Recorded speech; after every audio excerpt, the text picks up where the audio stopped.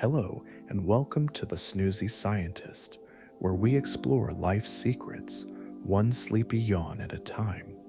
Tonight, we're taking a gentle stroll through time, not just thousands of years, but billions of years into the deep past, to see how evolution quietly shaped you into the curious mind lying here now, listening to the soft hum of science. But before we wander too far, I'd love to know, where in the world are you listening from tonight? Drop a comment and tell me what time it is wherever you're winding down.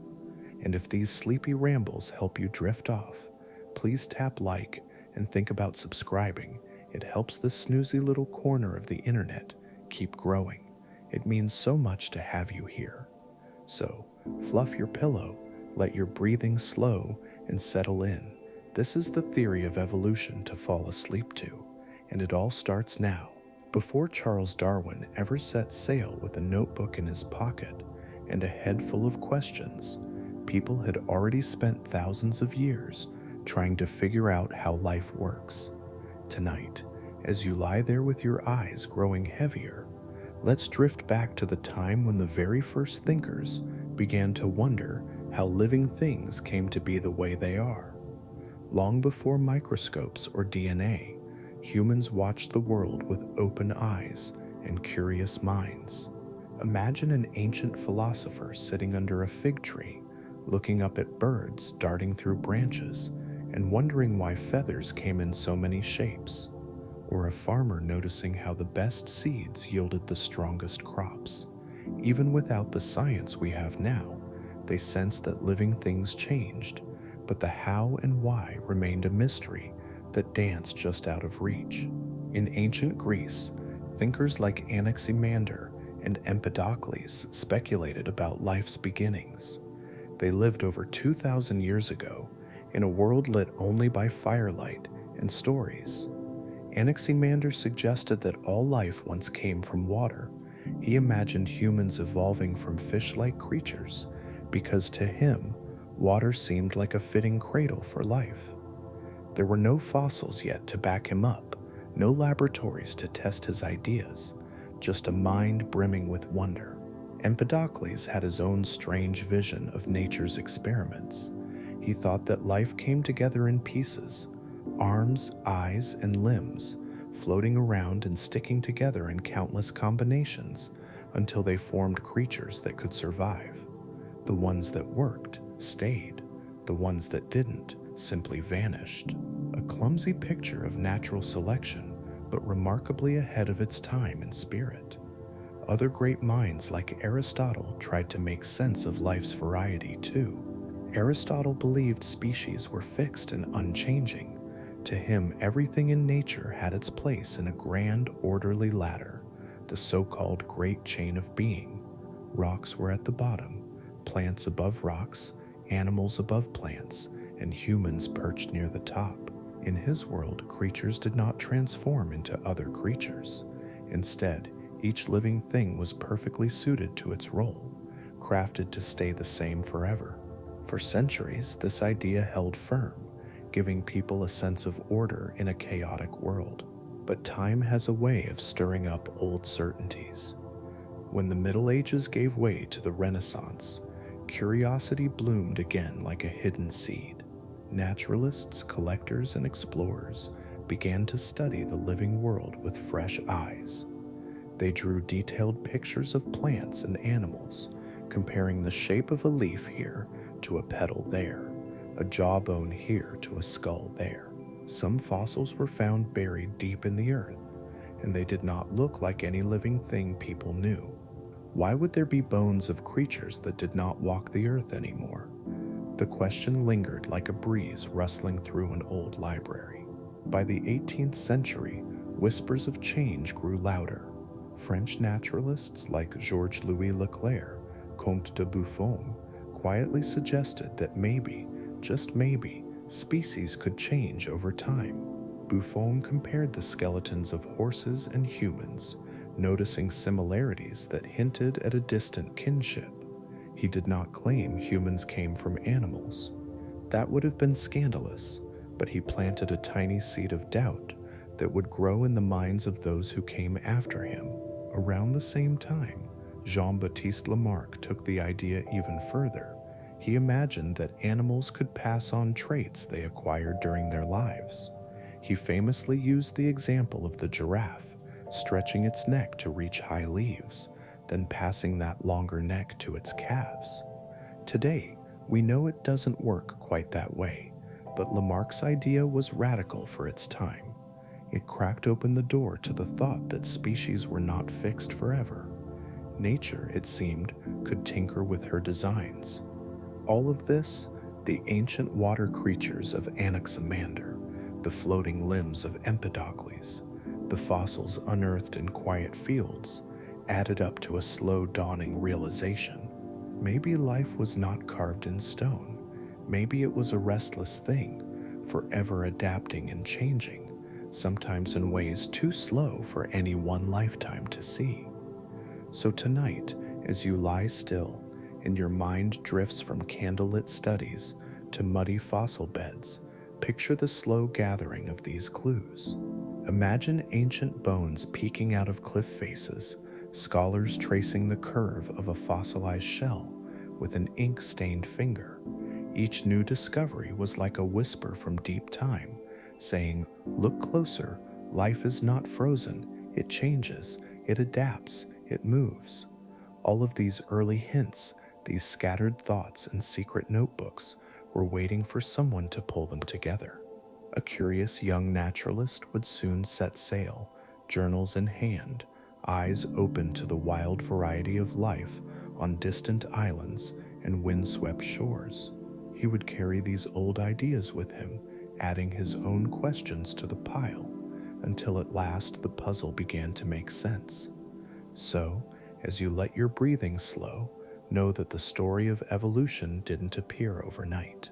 It was pieced together from centuries of wonder and a trail of clues left by people who dared to imagine that life could change, and that perhaps we change with it. And now, our story drifts on to a small ship bobbing in the ocean, and the young man standing on its deck, staring at strange birds with even stranger beaks. Let's follow him there. Imagine a young man standing at the edge of a small wooden ship. The wind is cool on his face, and the salty sea spray gathers in his hair. This is Charles Darwin, only 22 years old, a student with a notebook always tucked into his pocket, already brimming with more questions than answers. He could never have imagined that this long, uncertain journey aboard the HMS Beagle would change the way the world thinks about life itself. Tonight, as you lie under your blanket, think of that December morning in 1831 when the Beagle left the harbor in Plymouth, England. It was supposed to be a short survey mission to map distant coasts and collect new knowledge for the British Admiralty. For Darwin, it would become a floating classroom, a place where every wave and every strange creature would whisper clues about how life changes and survives. Darwin was not the Beagle's captain or its crew. He was there as a companion to Captain Robert Fitzroy, who believed that good conversation and good company would help keep him steady during the long months at sea. But while the crew measured shorelines and made careful maps, Darwin was out on the deck, eyes scanning the horizon for the chance to step ashore and see what secrets each new place might hold. In his trunk, he carried notebooks, a magnifying glass, a sturdy hammer for prying fossils out of rocky cliffs, and plenty of empty specimen jars. He had grown up fascinated by beetles, birds, and anything that crawled or fluttered. Now he had the whole world to explore. As the Beagle sailed across the Atlantic, he scribbled page after page of observations. Every coastline was a living textbook. Every island was an experiment waiting to be read. Imagine the Beagle stopping in Brazil. The air was hot and heavy with the smell of tropical flowers. Darwin marveled at forests, so dense and alive they seemed to hum. He saw brilliant butterflies and bright green lizards. Each leaf and wing seemed to suggest that nature had no shortage of ideas. When he stumbled upon the remains of giant fossils, massive armadillos, ancient sloths buried beneath the soil, he felt a spark of curiosity. Why did these enormous creatures vanish while their smaller relatives survived? Night after night, back aboard the Beagle, he would sit by the glow of a small lamp, sketching what he had seen, arranging bones on the small wooden table in his tiny cabin. He wondered, what if these creatures were not fixed in their forms? What if the world had changed so slowly that no one had noticed until the bones began to peek out of the earth? Months turned into years as the Beagle circled the globe. Then came the Galápagos Islands, scattered like stepping stones across the Pacific. It was here, standing on dusty volcanic rock, that Darwin found some of his most famous clues. He noticed that the finches hopping from bush to bush had different beaks on different islands. Some were stout and strong for cracking tough seeds. Others were slender and sharp for plucking insects. These birds, so ordinary at first glance, planted a question in Darwin's mind that he could not let go of. Could they have all come from a single ancestor, each one adapting in its own way to survive? He collected more than just birds. There were tortoises with shells shaped like saddles or domes, each type seeming to belong to a particular island. These patterns did not feel random. It was as if nature was experimenting, nudging creatures to change just enough to make it in their unique corner of the world. After 5 long years at sea, the Beagle's sails finally pointed home. Darwin stepped back onto the English shore with crates full of bones, feathers, beetles, and scribbled notes. He had seen coral reefs building up tiny worlds beneath the waves. He had walked the dry plains of Argentina, where ancient bones lay scattered underfoot. He had watched mockingbirds and lizards that seemed to whisper a secret that nature did not stand still. But in those first days back, Darwin did not yet have the theory. What he had was a puzzle, a collection of scattered hints and haunting questions that would keep him awake at night, just as you are now, listening in the quiet dark. He needed time to think, to read, to compare every beak and shell and fossil. And so he went home, closed his study door, and filled his journals with thoughts he could not yet share out loud. If you close your eyes now, you might see him there, a young man, hair tousled, candle burning low, fossils lined up on the desk like old friends telling secrets. Outside, the world slept, unaware that a quiet idea was taking root, an idea that would bloom into something bold enough to change everything. So as you rest tonight, remember the Beagle still rocking gently on those faraway waves. Remember Darwin's curiosity drifting from island to island, collecting clues that would one day become a map for understanding how life keeps changing, even now in the small moments as you drift off to sleep. Close your eyes for a moment and imagine standing on the edge of a rocky island, the wind warm and dry against your face. This place feels almost untouched by time. Black volcanic cliffs, clusters of stubborn shrubs, and little birds flitting from branch to branch as if they own every leaf and thorn. You are standing beside a young Charles Darwin, notebook in hand, boots dusty from hours of wandering under the equatorial sun. This is the Galápagos, a scattered chain of islands adrift in the vast Pacific. They look so small on a map, but to Darwin they held a world of secrets, hints about how life changes when left alone to figure things out. When the Beagle dropped anchor here in 1835, Darwin had already seen fossil beds and coral reefs, but it was these quiet, sun-baked islands that would settle deepest in his mind. At first, these little brown birds did not look like anything special. They were small and unremarkable, hopping around the dusty trails and thorny bushes.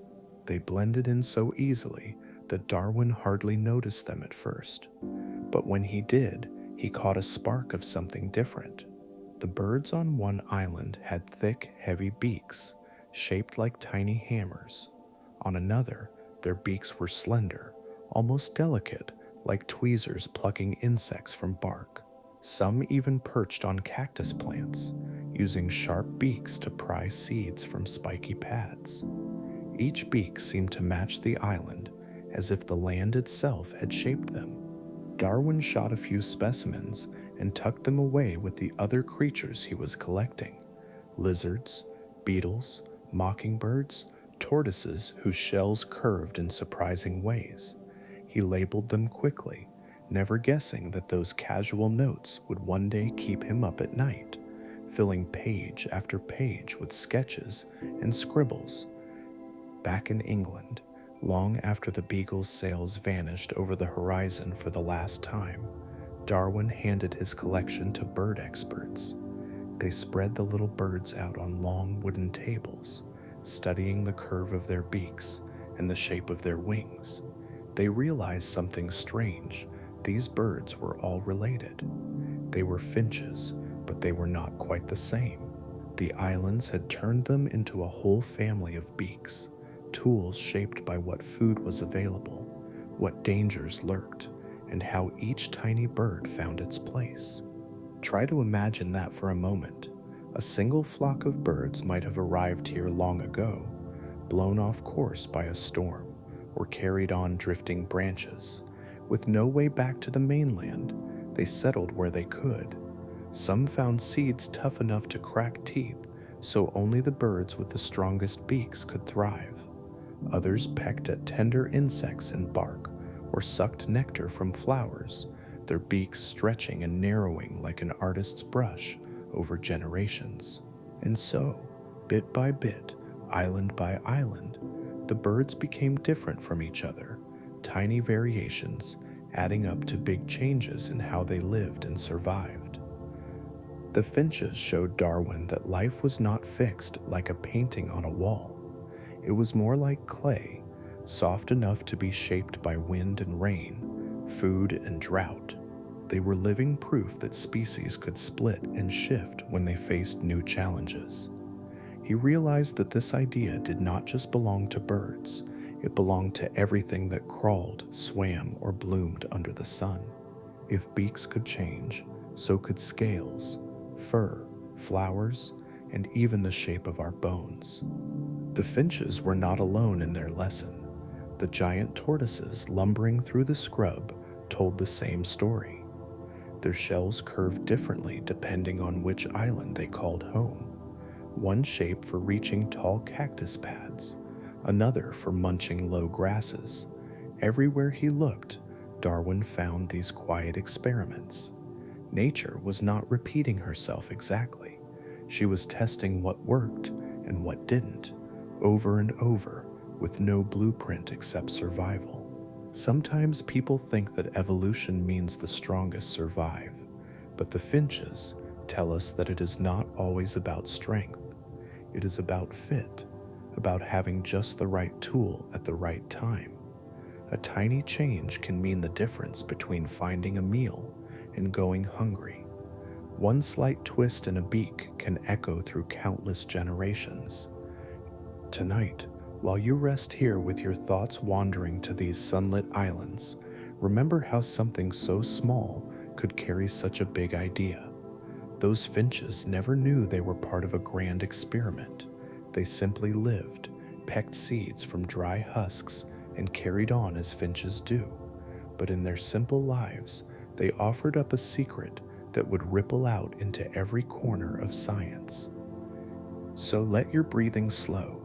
Imagine the warmth of the Galápagos sun on your face, the rough bark of scrubby bushes under your fingertips. Listen for the flutter of wings, the soft crack of seeds being opened by a tiny beak shaped perfectly for this patch of earth. You are drifting alongside a truth that began with a small bird and a curious mind, that life adapts, that it bends with the wind, and that even in the smallest places, there are clues waiting to be found. When your eyes grow heavy, hold on to that thought. A single finch hopping from branch to branch helped us see that life's greatest strength is not staying the same, but being ready to change. The secret notebooks. The secret notebooks. You secret notebooks. You bade of doctors of the secret notebooks. After 5 long years at sea, the HMS Beagle finally sailed back into the harbor.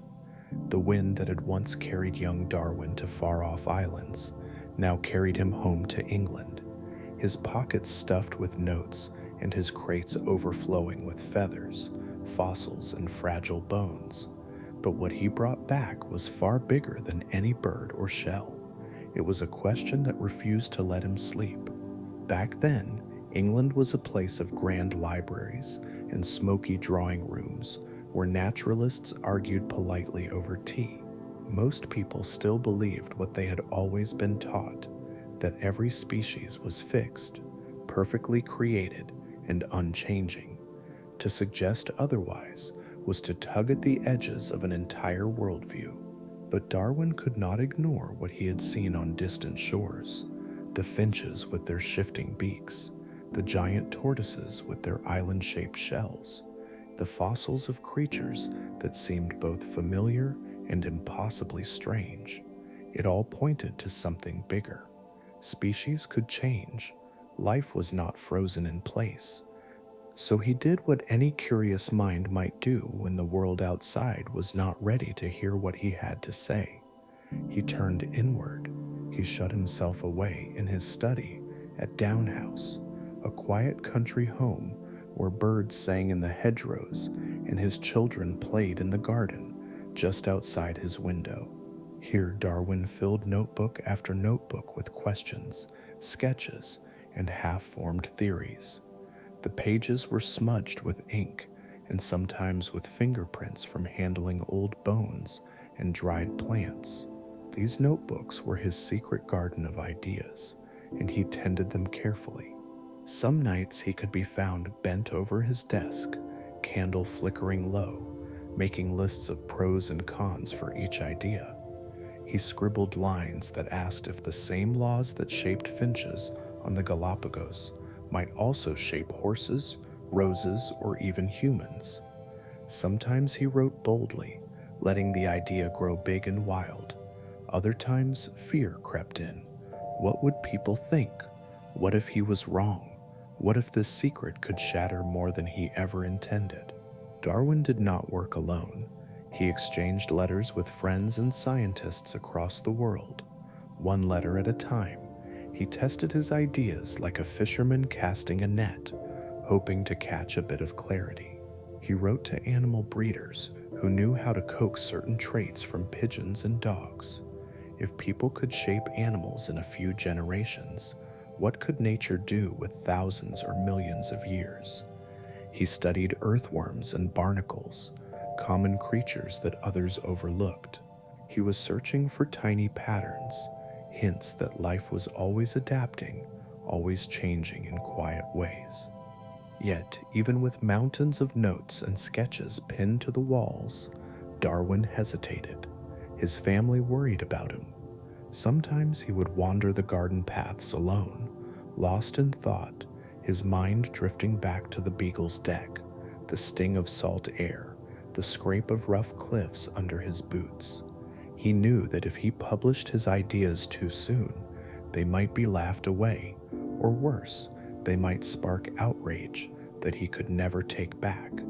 Years turned into decades. Darwin's hair turned from chestnut brown to soft gray. His children grew up playing with his specimens, lining up old beetle cases like toy soldiers. And still, the secret notebooks piled higher. They were filled with bold sketches, branching trees that showed how species might split and change over time. He drew these trees again and again, the lines spreading outward like the veins of a leaf. Every branch was a possibility, a family of life that stretched backward and forward through time. What finally pushed Darwin to share his secret was another man. Far away in the Malay archipelago, a young naturalist named Alfred Russel Wallace was wandering through jungles and islands, collecting beetles and butterflies. Wallace saw the same quiet truth that Darwin did. He wrote to Darwin, describing his own theory of how species adapt and change. When Darwin read Wallace's letter, his heart must have leapt and dropped all at once.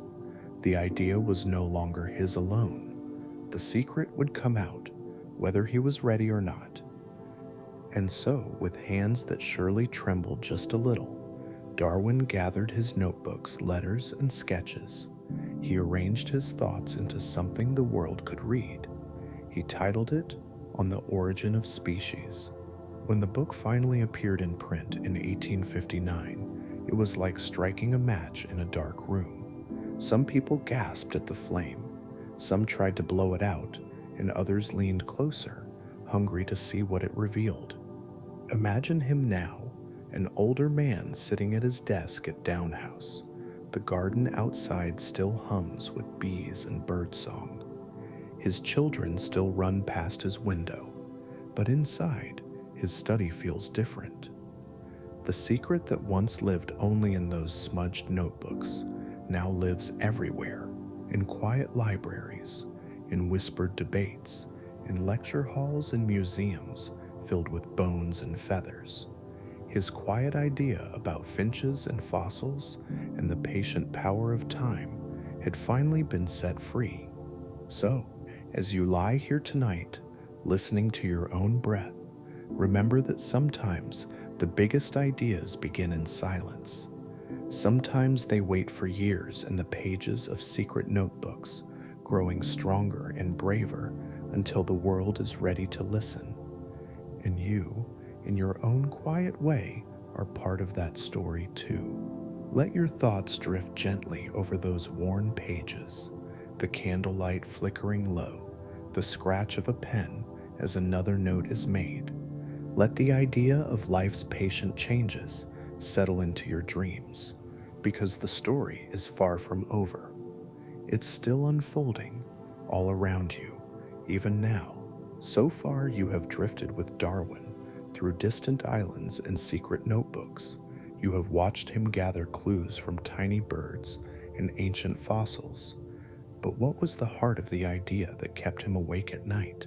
The quiet truth he was brave enough to share with the world. Tonight, as you lie here with the hum of your own breath and the softness of your blanket around you, let us unpack this big idea together, step by gentle step. Natural selection. Such a simple phrase for such a powerful force. Some call it nature's editor, always revising, always testing. It does not rush, it does not plan, but over time, its gentle hand can turn small changes into something remarkable. Let us begin with variation. Look around you, or just picture the living world in your mind's eye.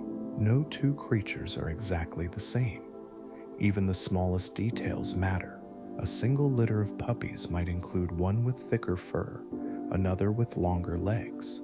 A patch of wildflowers might show one bloom with a slightly brighter color than the rest. This variation is the raw material of natural selection. Without it, life would stay frozen, unchanging, locked in place. But variation opens doors. It gives nature something to work with. Next comes competition. It sounds harsh, but it is not always tooth and claw. It can be quiet and subtle. Every living thing is trying to survive just long enough to pass along its secrets. A bird hunts for seeds among dry grasses. A squirrel gathers nuts before winter's frost. A tiny seedling stretches its leaves to catch the best patch of sunlight. There is never enough food or space for every creature to thrive. Some will do better than others, and sometimes the difference is a single twist of chance. Then there is survival, the variation that helps a creature fit its place just a little better can mean everything. A slightly sharper beak might open a tough seed when other birds go hungry. A thicker coat might keep a young fox warm when the cold winds blow. The ones that survive pass along these small advantages to their offspring. The others, whose traits do not fit quite as well, slowly fade away. No harsh judge stands over this process. It simply happens again and again, one generation at a time. Finally, there is inheritance. This is how the story moves forward.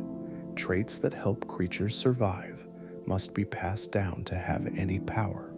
In Darwin's time, he did not know about DNA or the tiny spirals that carry your family's blueprint through time. But he could see the pattern. He knew that whatever made a finch's beak strong or a moth's wings dark would be whispered from parent to chick, from one generation to the next. Put all these steps together: variation, competition, survival, inheritance, and you have nature's slow but relentless way of shaping life. It is not about perfection, it is about being just good enough to make it through another season, another challenge, another change in the winds. Natural selection does not work toward an end goal. It does not sit down with a plan. It moves like a river, flowing around obstacles, carving out new paths, and sometimes leaving old paths to dry up and vanish. Imagine this process not in the span of weeks or months, but across thousands or even millions of years. Small changes stack up like pebbles on a beach until they build something entirely new. This is how fish crawled onto land, how tiny mammals grew feathers that stretched into wings, how those finches on the Galápagos turned one shape of beak into many. It might feel almost impossible to picture. We live such short lives compared to these slow dances of change, but signs are all around you, written in bones and feathers, and even your own reflection in the mirror.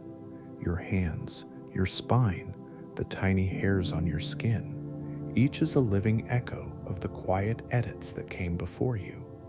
Tonight, as you breathe softly in the dark, think of natural selection not as a battle, but as a patient gardener. It pulls a weed here, lets a flower grow there, sometimes plants seeds that never sprout, sometimes stumbles upon something beautiful and unexpected. A small change in a seed's color, a thicker fur coat, a beak that bends just so. These tiny edits are tested by the seasons, by drought and flood, by cold winds and warm sun. And through it all, life finds a way to keep moving forward. Sometimes clumsy, sometimes miraculous, but always adapting. You too are part of this endless revision. Your heartbeat, your bones, your thoughts that drift gently now toward dreams. You are the result of countless drafts written by the patient hand of nature, shaped by forces that ask no permission, but always find a way. So close your eyes if they are not already closed. Let the idea rest inside you like a warm ember. Variation, competition, survival, inheritance, nature's quiet promise that life will always reach, stretch, and shift to fill every corner of this ever-changing world. And while you drift off, know that the same gentle force that shaped finches' beaks is still at work tonight, writing its next chapter, one tiny change at a time. Close your eyes for a moment and think of a single butterfly resting on a green leaf in the soft morning sun. Its wings might be a little lighter or darker than its siblings. Maybe its spots are arranged in a pattern that blends better with the dappled shadows of the forest floor. This tiny difference is so small, it seems almost meaningless. But tonight, let's drift deeper into why these small changes matter and how they quietly shape entire populations, one slow heartbeat at a time. Every living population, from a field of wildflowers to a forest full of owls, is really a collection of individuals, each carrying subtle differences. Some of these differences come from the swirl of DNA passed down through parents. Some appear by chance, tiny mutations written into the code of life, like typos that turn out to be useful. These differences, or variations, are the seeds of change. Imagine a population of rabbits living at the edge of a snowy meadow. Among them are rabbits with slightly thicker fur. Maybe one winter, the cold grows bitter and food grows scarce. The rabbits with thicker coats stay warmer, so they spend less energy trying to survive. They have a better chance of finding food, sheltering their young, and living long enough to see spring return. When they do, they pass along the secret of thicker fur to their babies. One small advantage becomes a quiet pattern passed on like a whisper through generations. Meanwhile, the rabbits with thinner coats may struggle more. They might grow weaker, have fewer babies, or not survive the harshest nights. Over time, their line begins to fade.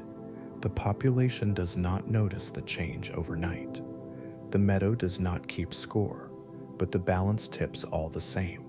With each generation, the meadow fills with rabbits better suited for the cold. The same gentle drift happens in all living populations. Some traits spread like ripples when they help a creature fit its place. Some fade away when they no longer serve a purpose. This is not about being perfect. It is about being just right for this moment, this place, these conditions. A flower with slightly brighter petals might attract more bees. A fish with a slightly stronger tail might swim against a stronger current. A bird with a song pitched a little differently might find a mate more easily. Tiny details, tiny changes, yet they carry the power to shape a whole population over time. Think of it like drops of water falling on a stone. One drop does nothing, 10 drops, still nothing, but 1,000, a million, 10 million drops over countless seasons will wear away rock and carve out something new. Small changes in a population do the same. They work slowly, shaping beaks, wings, fur, scales, flowers, and every living thing that moves or blooms on this earth. Sometimes, a trait that once helped a population thrive might stop being useful. Maybe the climate changes, or predators arrive, or food sources vanish. Then the old advantage can become a burden. In a world that never stands still, even a helpful trait must keep up or be left behind. Populations adjust, drifting this way or that, nudged by each season's tests. Picture again that butterfly on the leaf. Maybe its new wing pattern blends so well that it avoids a hungry bird. The butterfly lives to lay eggs, and its babies carry that pattern too. Soon, more butterflies in the same patch of forest share those wings. They become harder for predators to spot. The forest does not notice this small shift, but nature's slow editing continues. A wing here, a fur patch there, a new curve to a beak, or a thicker root for a flower, holding fast in dry soil. Even humans carry these quiet echoes. The color of our skin, the curl of our hair, the shapes of our eyes, all of these whisper stories of ancestors who adapted to sunlight, cold winds, or the foods that once filled their fields and forests. We too are shaped by the slow drift of traits that helped our families thrive long before we knew the word for evolution. And all of this happens without any creature planning it out. There is no master blueprint hidden in the stars. There is only the patient work of tiny changes, tested and retested by weather, hunger, shelter, and chance. Nature keeps what works for now and gently lets go of what no longer fits. So as you settle deeper into your blanket tonight, let your mind wander through meadows, forests, and coral reefs where small changes are always at work. Imagine the generations stacked like soft pages in an endless book, each line written by those who survived, those who carried just the right twist of beak or shade of wing or thickness of fur. Every living thing you see carries the memory of this patient shaping, and you do too. You are living proof that small changes matter, that they add up to something bigger than any one life alone. So breathe slowly. Let that thought wrap around you like the quiet night. Small changes, small chances, a story still being written as countless wings flutter, seeds drift, and hearts beat softly on. And so it continues, one generation after the next. If you could drift back in time for a moment, imagine yourself standing in a quiet English woodland.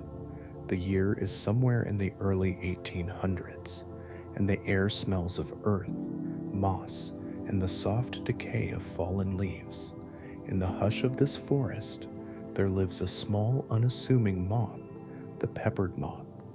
It flutters by mostly unnoticed, its pale wings speckled with tiny black spots like flecks of ash on cream. When it rests on the mottled bark of lichen-covered trees, it is nearly invisible. It is the perfect example of camouflage, the simplest way to hide in plain sight. Now imagine that not every peppered moth is the same. Some are born with wings darker than the rest, their spots blending together until the wings look almost smoky or charcoal gray. For a long time, these darker moths are the odd ones out. They stand out against the pale bark and delicate lichens, making them easy prey for hungry birds. So generation after generation, the light moths thrive, while the dark ones remain rare and hidden in the background. But then something begins to change. The quiet woods start to fill with the hum and clatter of factories. Coal smoke pours from tall chimneys, drifting across towns and out into the countryside. Trees near the growing cities become coated in soot. The lichens wither away under the heavy air, and the once pale trunks darken until they look more like shadow than bark. Suddenly, in this new world, the peppered moth's old camouflage does not work so well. The pale wings that once hid them now stand out like paper against charred bark. Birds swoop in and pick them off the tree trunks more easily than ever before. But those few darker moths, the ones that once seemed so unlucky, now blend in better with the soot-darkened trees. They rest safely while their lighter cousins disappear, one by one. In a single human lifetime, this tiny moth population changes. The dark-winged moths, once so rare, become the common ones. By the end of the 1800s, entire forests near industrial towns are home to dark peppered moths, clinging to sooty tree trunks like drifting shadows. It is evolution happening not over thousands or millions of years, but within a few decades. A living lesson in how nature edits its work in response to a shifting world. And when people began to notice this small, fluttering clue, they started to understand that the world of natural selection is not frozen in the past. It is always awake, always ready to test what fits best. The story of the peppered moth shows us that sometimes nature's quiet experiments do not wait for ages to pass. Sometimes they unfold within a single generation, right before our eyes. Later, when cleaner air laws began to scrub the soot from the skies, the trees slowly turned pale again.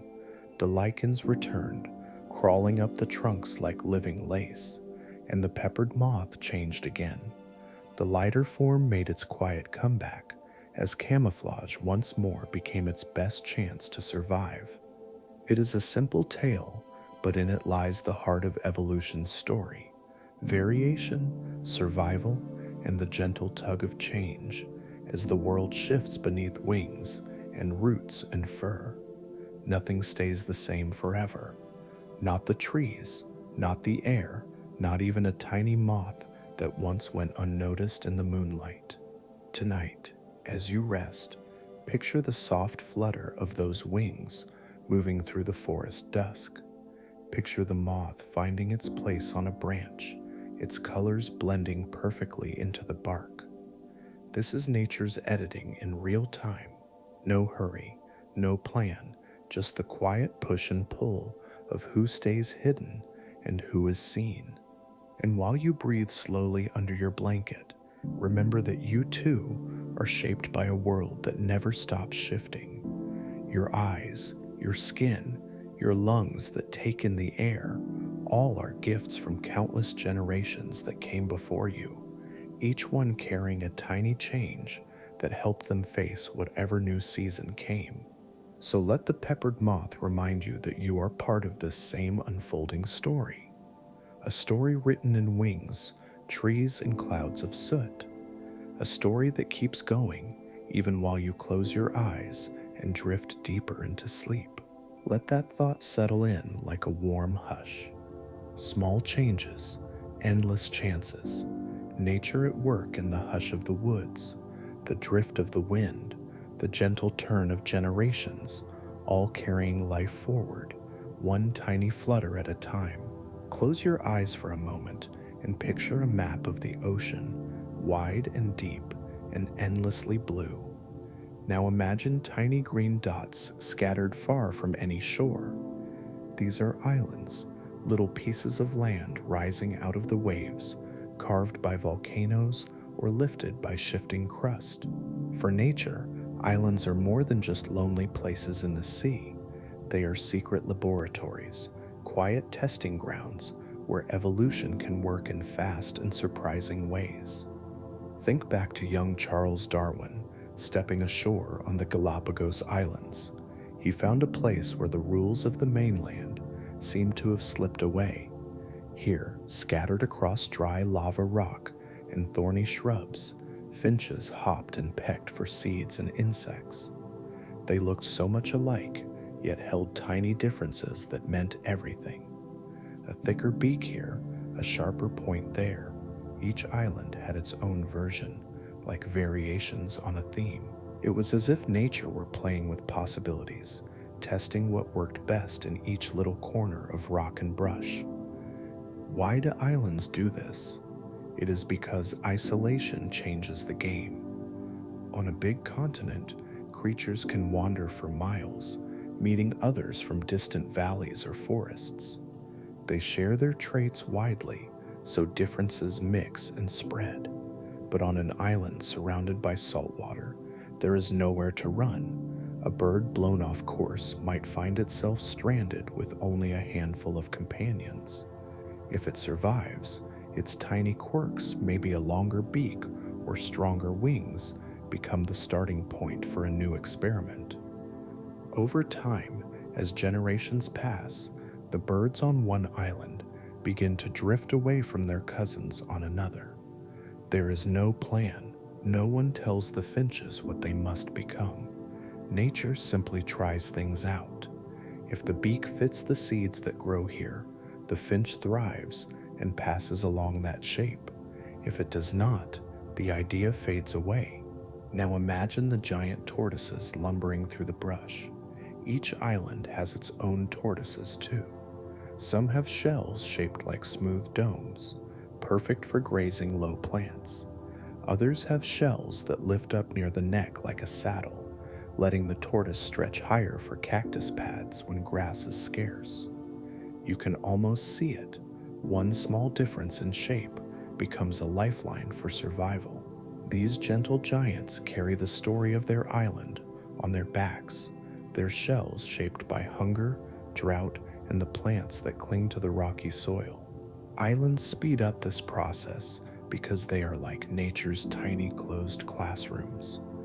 There is no escape from drought, no migration to softer land when food runs low. Every dry season, every sudden storm tests the creatures that live there, the ones with traits that help them cope, survive, to see the next season. And in this isolation, even the smallest advantage can become a pattern that sticks around. When Darwin looked at the finches and tortoises, he saw how isolation created endless variations. He realized that these islands held a secret that could explain life everywhere. He began to imagine the world itself as a patchwork of countless islands, not just land surrounded by sea, but any place where a group of creatures is cut off from others. A mountain peak, a deep valley, even a single grove of trees can act like an island if it keeps animals apart. Each place becomes a private experiment, shaping its own version of life. Think of Hawaii, where honeycreeper birds evolved so many beak shapes they became a rainbow of tiny specialists. Or Australia, where marsupials took on roles filled by completely different mammals elsewhere. When animals are isolated, they make do with what they have. They become pioneers, carving out new ways to live, new bodies to carry old instincts into strange new places. It is humbling to realize that isolation, something that sounds lonely and harsh, is often nature's best teacher.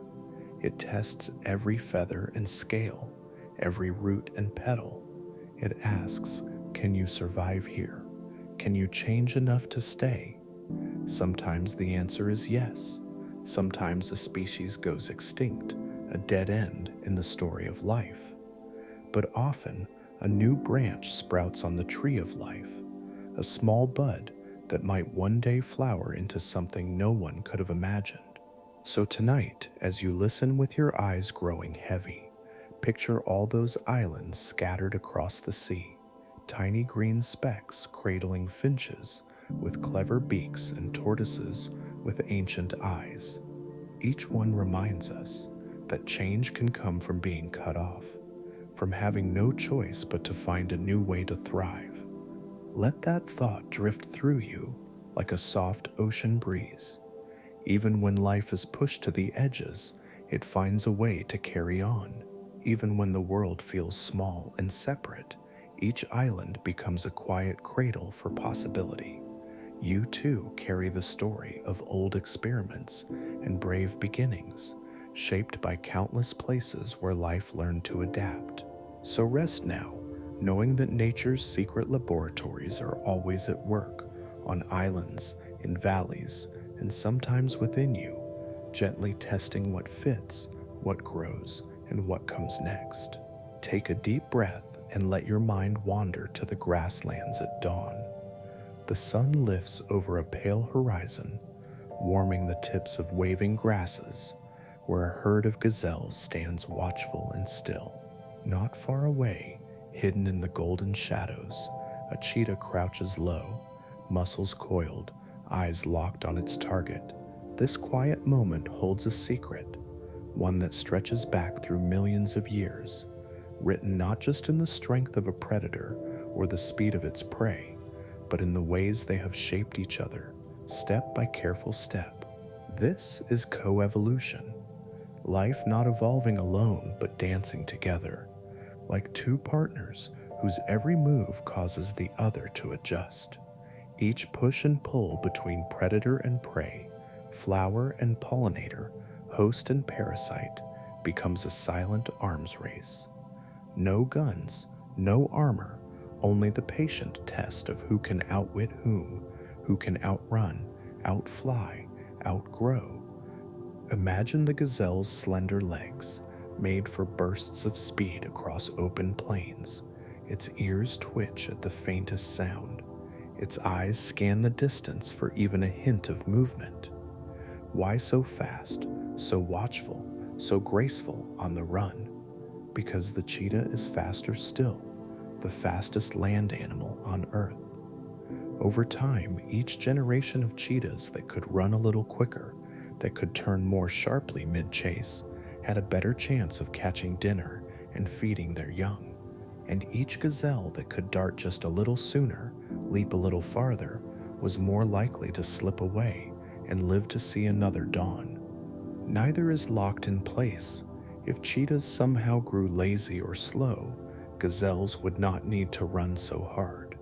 If gazelles lost their speed, cheetahs might not have to stretch their muscles to the edge of what nature allows. But because they push each other, both evolve. This is nature's arms race, the quiet, constant battle that makes legs longer, muscles leaner, and senses sharper. Now, drift from the grassy plains to a sunny meadow buzzing with bees. Here, The arms race is not about claw or fang, but about sweetness and color. Flowers did not always look like they do now. Those bright petals, that deep nectar hidden inside. Long ago, plants relied on the wind to carry their pollen, but a stray insect visiting for a sip of moisture left behind a tiny clue, wings and legs brushing pollen from one flower to the next. So the flowers changed. Some petals unfurled wider, some colors grew brighter. Sweet nectar pooled deeper inside each bloom. In return, the bees changed too. Their tongues stretched longer to reach the hidden treasure. Their fuzzy bodies became perfect brushes to pick up and drop off grains of pollen. The flower feeds the bee carries the flower's future from blossom to blossom. It is not a race in the same way as predator and prey, but it is still a two-way shaping. Each small change in one becomes a reason for a small change in the other. Coevolution can be tender or ruthless, gentle or fierce. Some creatures join hands in mutual help. Others try to outsmart or outlast. Think of the rough hide of an acacia tree, dotted with sharp thorns to discourage grazing animals. But look closer, and you will find ants living inside those same thorns, defending the tree from hungry mouths in exchange for a taste of the tree's sweet sap. Each generation of tree grows stronger thorns. The ants grow more devoted to their thorny home. Or think of the tiny parasites that cling to fish in the sea, each one finding new ways to hide from the fish's defenses. In return, the fish evolves new ways to scratch or shake them off. Back and forth, forever adjusting, forever learning. This arms race does not end with animals. Even humans have been part of these quiet duels. The crops we grow and the pests that nibble their leaves, the medicines we invent and the bacteria that evolve to resist them. We stand in this endless dance, testing and being tested, part of a web so much older than our cities and books. Tonight, as you listen to your own soft breath, think about how life does not stand still. Each creature you see, each bloom you smell, each flicker of wings outside your window, they are all part of this slow and patient conversation. Some run, some fight, some help, but none go unchanged. So let your mind drift to the grasslands, the buzzing meadows, the shadowy forests where life's partners chase and flee, bloom and sip, hide and seek. In every place, the arms race continues, not with anger, but with the soft, relentless curiosity of life itself. And you too carry this legacy in your bones, your senses, your heartbeat that quickens when you feel the need to run, your eyes that find beauty in petals and wings. As sleep drifts closer, imagine that you are cradled in a world always in motion, life shaping life, each small step rewriting what it means to survive, to thrive, to keep the story going. And so you rest, wrapped in the gentle truth that nothing alive stands alone.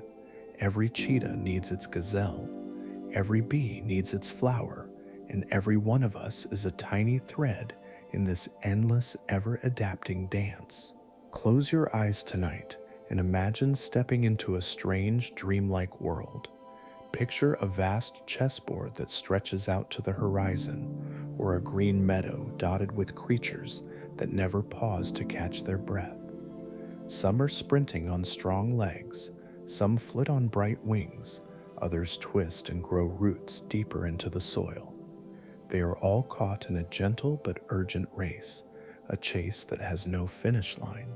This is the world of the Red Queen, a reminder that in nature, staying still is not an option for long. The name comes from an old story, Through the Looking Glass, where Alice finds herself running alongside the Red Queen.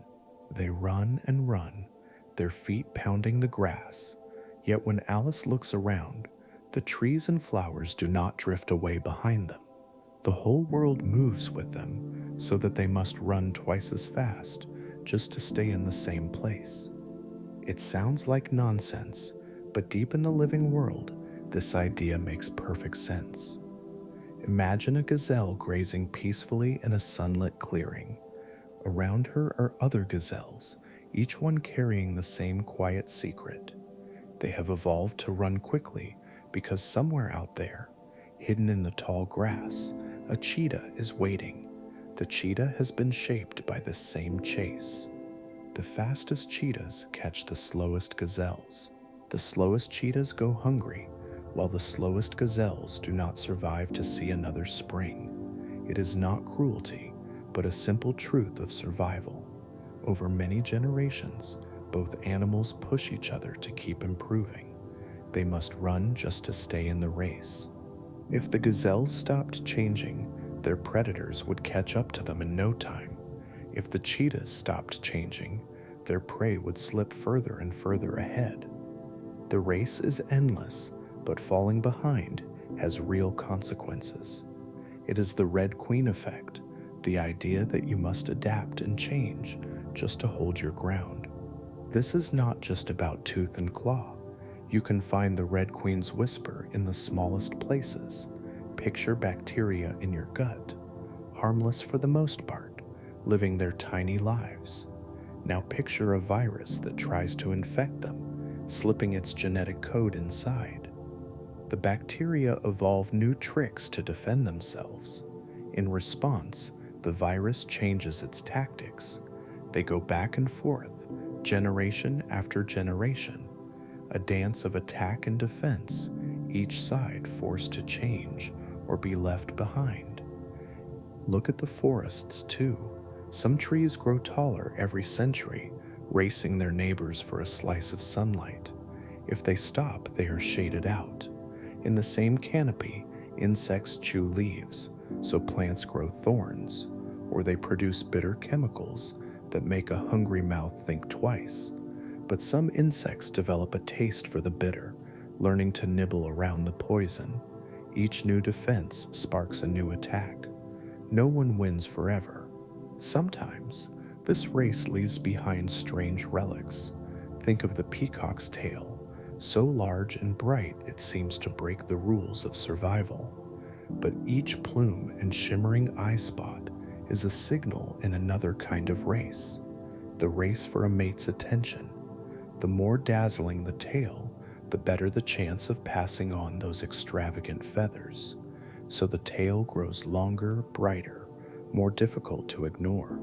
Generation after generation, the Red Queen smiles at the dance she set in motion. Even humans are not spared her effect. Our bodies still carry the memory of running from predators, healing wounds, and fighting off infections. We invent antibiotics, and bacteria evolve resistance.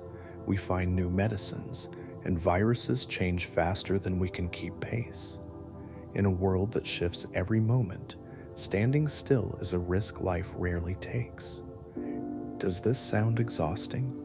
Maybe in the light of day, but tonight, as you lie back under your blanket, let it soothe you instead, because this endless race is not just about competition, it is about resilience.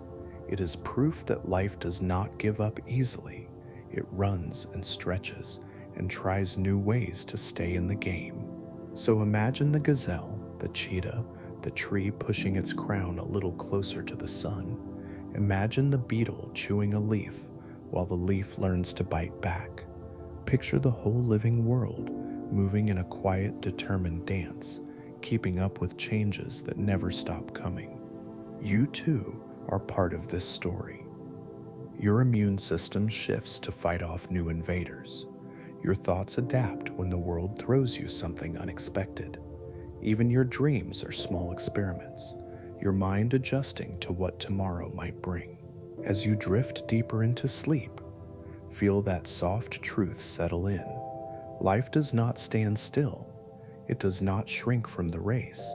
And when you open your eyes in the morning, remember you are not starting from scratch.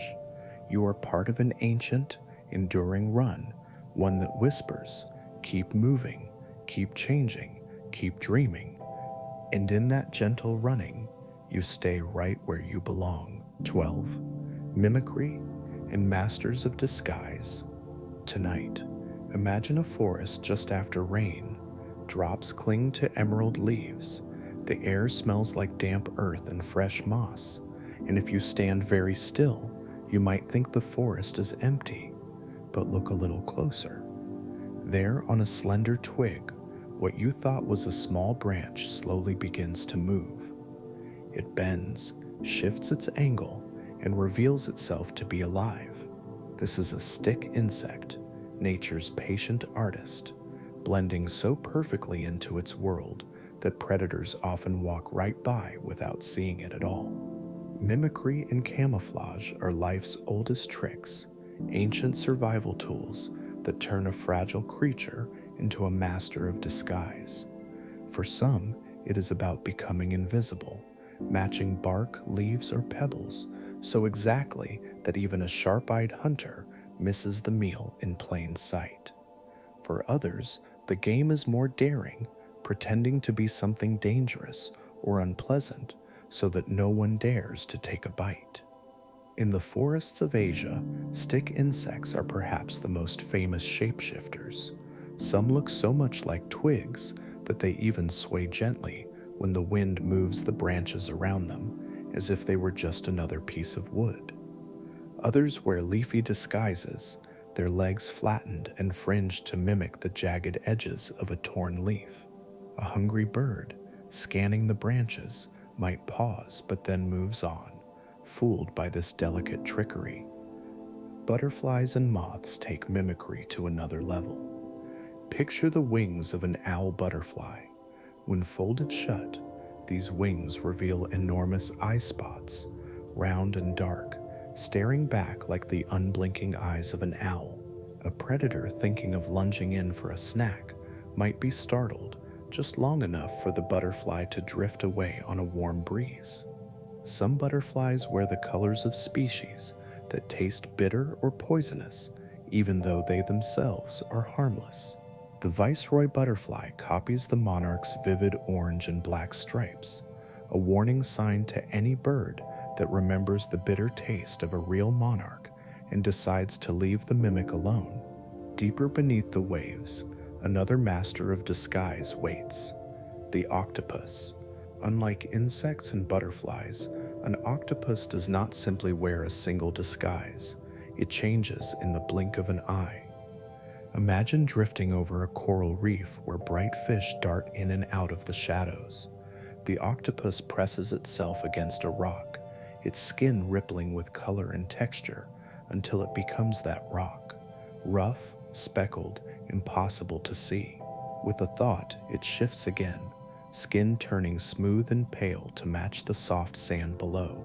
If danger approaches, the octopus disappears in a cloud of ink, a final flourish in its performance of vanishing. This art of deception is not just clever, it is survival. For countless creatures, the choice is simple: hide well or be eaten. Some prey species have evolved these tricks to live another day. Some predators have borrowed disguise for their own game. A praying mantis might look like a flower blossom, waiting patiently for unsuspecting insects to wander close. The hunter becomes the flower, and dinner arrives on its own. Mimicry can even cross kingdoms of life. Some harmless snakes wear the colors of venomous ones. Harmless flies dress up in the bright warning stripes of stinging bees. In the Amazon, some caterpillars even curl up and reveal patterns that look just like the eyes of a snake, one tiny creature pretending to be a much scarier one. And so, all across forests, deserts, meadows, and reefs, nature's masters of disguise carry out their quiet performances. To an untrained eye, they are invisible, but the patient observer sees the truth. Life is always adapting, always experimenting with new tricks and illusions. Some of these disguises have been polished over millions of years. Others are fragile works in progress, waiting to see if they keep their wearers safe. Tonight, as you drift deeper into your own quiet hiding place beneath the covers, think about how many tiny moments of mimicry keep life moving. The stick insect swaying like a twig in the breeze, the butterfly's painted eyes staring boldly back at a hungry beak, the octopus breathing calmly under the reef, ready to vanish at the first sign of trouble. You too carry the memory of nature's disguises. Your own ancestors learned to read signs, to notice what hides and what reveals itself, to see the snake in the grass, the shape that was not a branch after all. This quiet awareness lives deep within your brain, a soft reminder that survival is often about seeing the world clearly, while sometimes letting yourself remain unseen. So breathe slowly now. Imagine you are part of this hidden forest, this garden of tricksters and shadows. Each heartbeat is a whisper that sometimes the cleverest thing you can do is to stand still, to blend in, to wait for danger to pass. And while you rest, nature's oldest magicians will keep practicing their quiet art. Sticks that walk, leaves that flutter, eyes that pretend to be something they are not, all for the simple, beautiful goal of staying alive. 13. Sexual selection, beauty and show-offs. Close your eyes for a moment and picture a quiet forest clearing just before dawn. The trees stand still like watchful guards, while the first light spills across damp grass and sleepy branches. From somewhere high in the canopy, a bird begins to sing. Its notes echo through the leaves, a tune so sweet and bright that it almost seems to paint the air with music. You might wonder why sing so loudly, exposing yourself to any listening predator. But in this hidden concert lies one of nature's most dazzling secrets: sexual selection. Where natural selection works like a patient editor, trimming and adjusting traits for survival, sexual selection writes with a flourish. It favors traits that may seem extravagant or even burdensome if they help an animal attract a mate. To survive is one thing. To pass your story along to the next generation is something else entirely. Take the peacock. In the shade of a garden, a male peacock fans out his tail feathers in a shimmering circle of emerald and sapphire. Each feather glitters with eye spots that catch and scatter the light like stained glass. He struts and shivers his train so it rustles and hums. The display seems impractical, even dangerous. A tail that large slows him down, makes him stand out, and takes so much energy to grow. But to a peahen watching from the bushes, that tail is proof, a living billboard that says, "Look at me, I am healthy enough, strong enough, and clever enough to carry this burden and still survive." This is the heart of sexual selection, the show-offs and the dazzlers, traits that do not always help an animal hide or hunt, but work wonders when it comes time to find a mate. Deer grow massive antlers that tangle and clash during mating season. Birds of paradise twist and flutter through dances so intricate that they look like floating flowers. Frogs croak through the night in ponds, each song louder than the last, hoping to charm a mate with the music of persistence. Sometimes it is not about color or dance, but about sound. Think of songbirds. Many males spend dawn and dusk filling forests and fields with their songs. Each note must be clear and strong, a signal to any female nearby that the singer is healthy enough to defend his territory and find food. A bird with a weak song or a broken note might be ignored. A bird with a rich, rolling tune might be chosen to pass his melodies along to the next generation. The arms race of beauty can grow so intense that it pushes a species to the edge of what is practical. Look at the Irish elk, an ancient deer whose antlers could grow wider than a car is long. Those antlers were not for fighting off wolves or carrying loads. They were displays, grand crowns meant to impress and intimidate rivals and woo potential mates. But over time, the cost of carrying such massive antlers may have become too great. Some scientists believe that when the environment shifted, the balance tipped, and the great antlers became a burden too heavy to bear. Sexual selection can also shape behaviors we might not expect. Bowerbirds build elaborate nests not for shelter but for art. A male bowerbird collects blue berries, shiny bits of glass, or bright petals to decorate his bower. He dances and hops around it, hoping to catch a female's eye. She will visit many bowers, inspecting each artist's work before she decides who will be the father of her chicks. It is a reminder that beauty in nature is not always practical. Sometimes it is the wild shapes and bright colors, the impossible dances and haunting songs that help a species thrive. The cost of these traits is real. They can draw the wrong kind of attention, drain precious energy, or make survival a little harder. But if the reward is love and new life, nature will often roll the dice. Humans are part of this story too. Our eyes are drawn to symmetry, to color, to gestures of kindness, and gifts of words. We decorate ourselves, we sing, we tell stories and poems, all tiny echoes of the peacock's fan and the nightingale's song. Somewhere deep in your own beating heart lives this same pull to show the best of what you can be and to see the beauty in someone else. So tonight, as you drift closer to sleep, picture that peacock turning in the garden light, each feather catching the sun. Hear the dawn songs weaving through forest shadows. See the bowerbird placing one last blue petal, just so. These are life's grand performances, proof that sometimes the most impractical parts of us can do the most magical work. Rest now, knowing that beauty, bravery, and showmanship are not just human inventions. They are old as feathers, as antlers, as songs drifting on the morning breeze. You are part of that story too, a living reminder that nature has always loved a show-off. Viv, dead ends and extinctions. Take a slow, deep breath and imagine you are standing at the base of a vast tree. Its trunk is thick, its roots twist deep into the earth, and its branches reach out in every direction.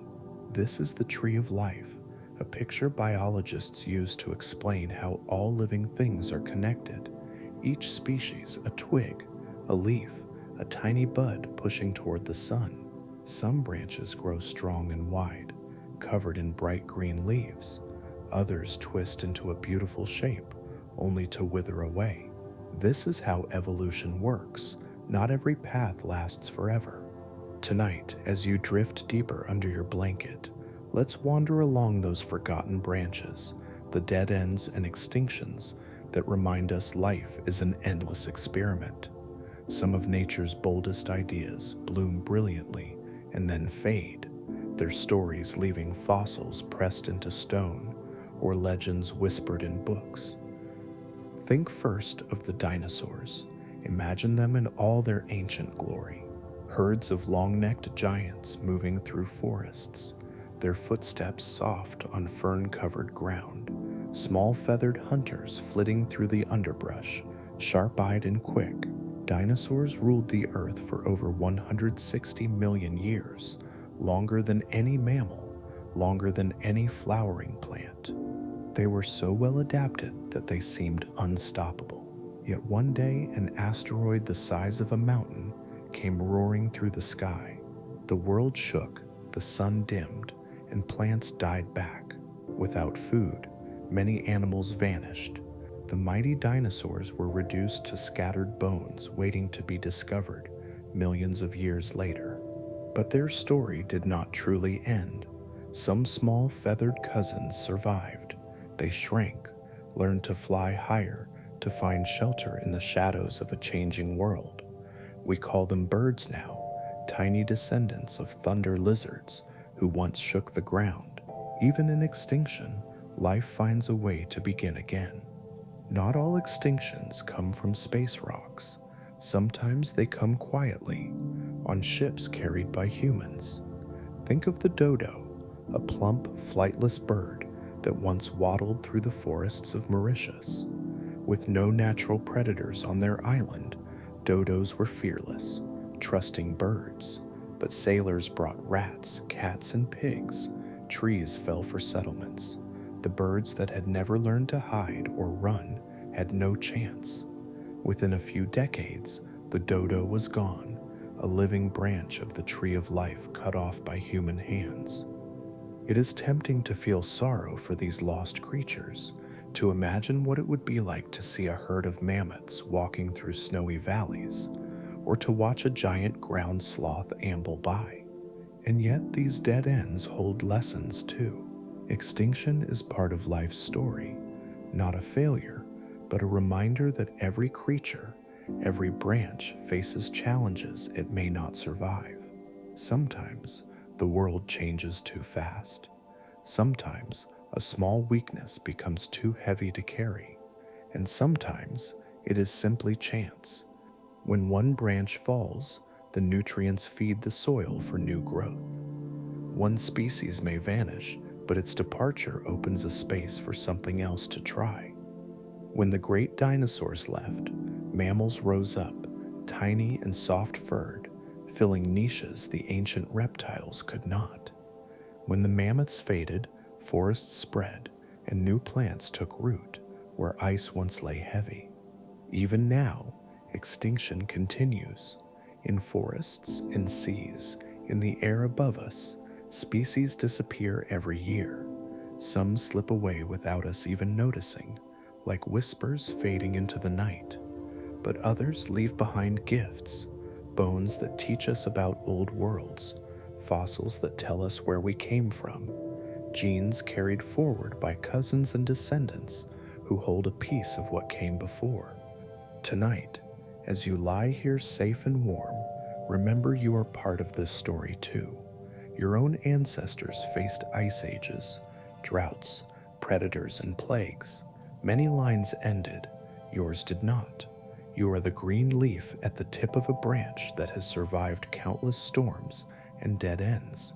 You are proof that life is not about staying perfect or unchanging, but about adapting, enduring, and sometimes beginning again after loss. So breathe softly and picture that tree once more, ancient, sprawling, full of broken branches and new buds. In its shade lie the ghosts of dinosaurs, the echo of dodo footsteps, the mammoths who thundered across frozen plains. They remind us that nothing in nature lasts forever, but everything leaves something behind. Let that thought soothe you as sleep drifts closer. Life is an experiment, a story with many pages torn away, but always more being written. The wind rustles through the leaves, the roots hold firm, and the tree grows on, carrying you, the living branch, into tomorrow. As you settle into bed tonight, tucked beneath your blanket and breathing a little more slowly, let your thoughts wander to something small and strange, the quirks your body carries that do not always make sense in the world you live in now. A sudden shiver raises goosebumps on your arms. A sharp ache at the back of your jaw reminds you of wisdom teeth you no longer need. These little oddities may seem useless or inconvenient, but they are not random. They are souvenirs from our ancestors, quiet messages from a time when the world was very different. Let's start with goosebumps. You know the feeling. A chill breeze brushes your skin, and suddenly the fine hairs on your arms stand up, bumps rising like tiny hills across your skin. Maybe it happens when you are cold. Maybe it happens when a piece of music moves you, or a memory brushes too close. But why? What is the point of this strange reaction? Long ago, your ancestors were covered in thick body hair. They lived exposed to wind and rain, predators and storms, with no coats or heaters to keep them warm. When danger approached or the cold crept in, their bodies responded. The small muscles at the base of each hair would contract, lifting the hairs to trap warm air or make them appear larger and more threatening. A puffed up silhouette could buy a second of hesitation from a predator. A layer of fluffed up hair could hold in precious body heat on a frosty night. Today, we wear jackets, we live indoors, and the hair on our bodies is so fine that it no longer traps heat or scares off wolves. But the reflex remains. The muscle contracts, the hair stands up. Goosebumps rise like whispers from the past, even though the world around us has changed. Now let's turn to something a little more painful: wisdom teeth. Nestled at the very back of your mouth, these molars often arrive late to the party, pushing through gums in your late teens or early 20s. And for many people, they arrive with trouble, crowding, pain, infection. Most of us end up having them removed, wondering why we have them at all. To understand this, picture your ancient ancestors, early humans, who spent their lives chewing tough roots, raw meat, and fibrous plants. They did not have blenders, forks, or soft bread. Their diets wore down their teeth quickly, and losing molars was common by the time they reached adulthood. Wisdom teeth evolved as backup molars, extra grinding tools that came in just when the original ones were starting to wear out or fall away. A helpful addition, not a burden. But modern life has changed our jaws. Softer food means less wear. Better hygiene means we keep our teeth longer. And over time, human jaws have become smaller. Now, when those ancient wisdom teeth show up, there is not always room for them. The body follows an old script, sending up teeth we no longer need, and we end up with a dentist's appointment and a swollen cheek as a reminder of our evolutionary past. These are just two of the odd traits we carry. Some of us can wiggle our ears thanks to tiny muscles once used to pivot them toward sound. Others sneeze in sunlight because of an ancient brain reflex, still not fully understood. Your appendix, long thought useless, may once have helped digest raw plants and store helpful bacteria for a time when food was hard to find. Even hiccups may trace back to our amphibian ancestors, a leftover from the way tadpoles controlled their gills. A sudden hiccup in the middle of a quiet room might be annoying, but it is also a living fossil of how your breathing once worked. You carry all these oddities quietly, like forgotten tools in a backpack you rarely open. They remind you that your body is not just made for today. It was shaped by hunger, cold, fear, and survival. It remembers jungles and grasslands, hunting trips and long winters, even if you do not. And that is part of the wonder. You are walking history, a living museum of ancient solutions to ancient problems. Not every trait is perfect. Some have outlived their usefulness, but each one tells a story. Each one whispers, "This helped someone before you survive. This once mattered. This might still come in handy again."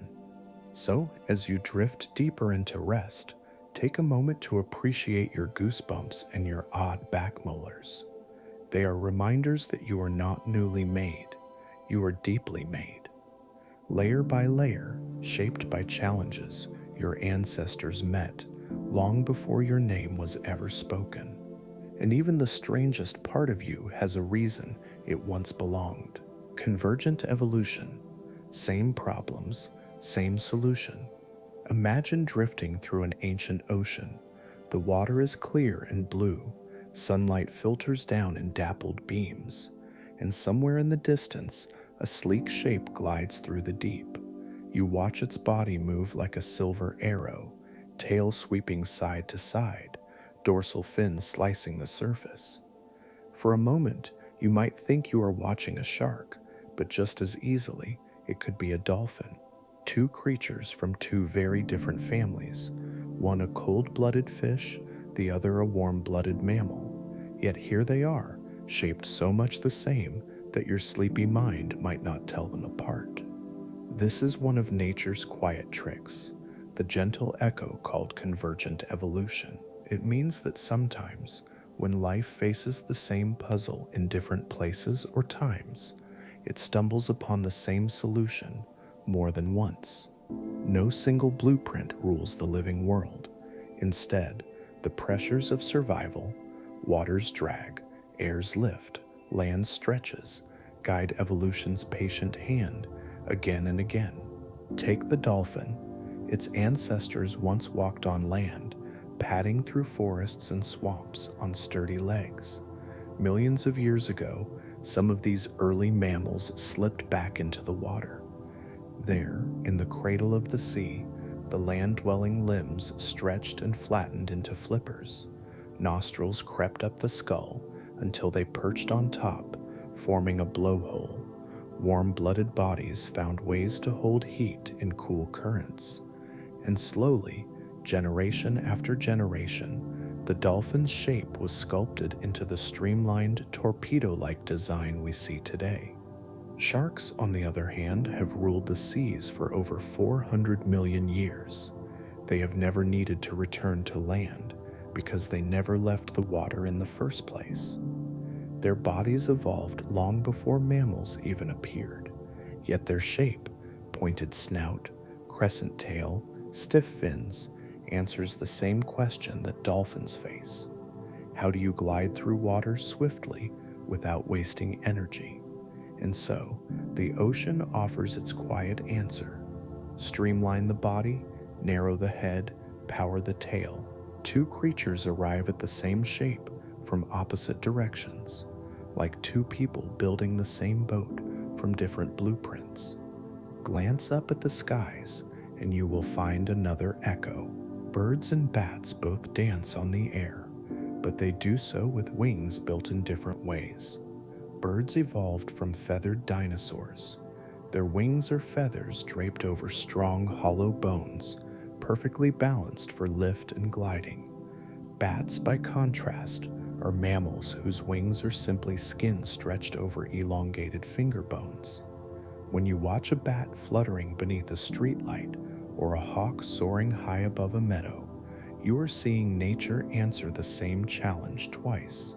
How do you take a heavy body and lift it into the air?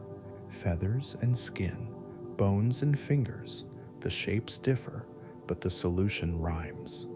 Look even closer, and the pattern repeats on land. Picture the open desert. In North America, you might find a cactus. Its thick, ribbed body stores precious water. Its spines keep hungry animals away. In Africa, you will see a plant called euphorbia. It looks so much like a cactus that you would swear they are family. But they are not. They are distant cousins that met the same problem, scarce water and grazing mouths, and found the same answer. Thick skin, water-storing flesh, sharp spines. You can find convergent evolution hidden in tiny details too. Eyes, for instance.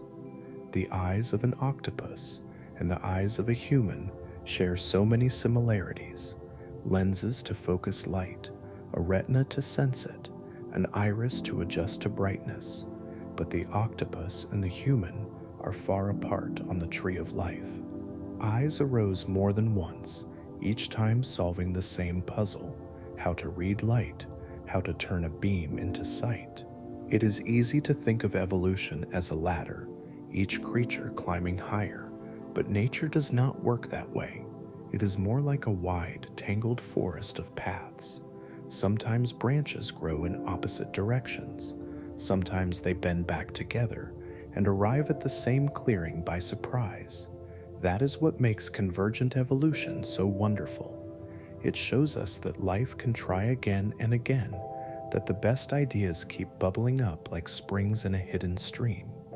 Humans carry these echoes too. Look at your own arm. One bone in your upper arm, two bones in your forearm, a wrist and fingers fanning out.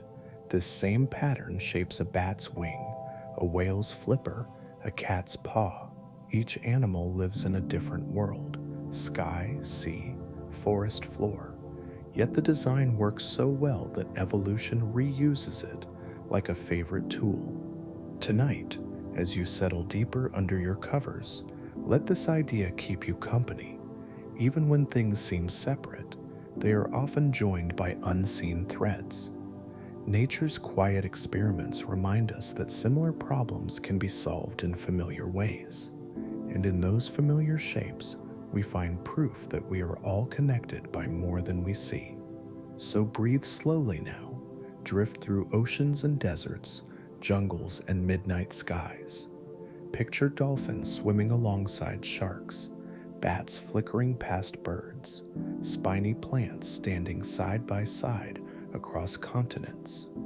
Life repeats itself in the most remarkable ways, weaving the same answers through time. And as you rest, know that this story is still unfolding, the next gentle puzzle waiting to be solved by the same patient, curious hands that shaped you too. Take a slow, steady breath. Picture a quiet field at dawn. The grass is cool with dew, and tiny seeds float gently on the breeze, drifting wherever the wind decides to carry them. Some will land in rich soil and sprout into wild flowers.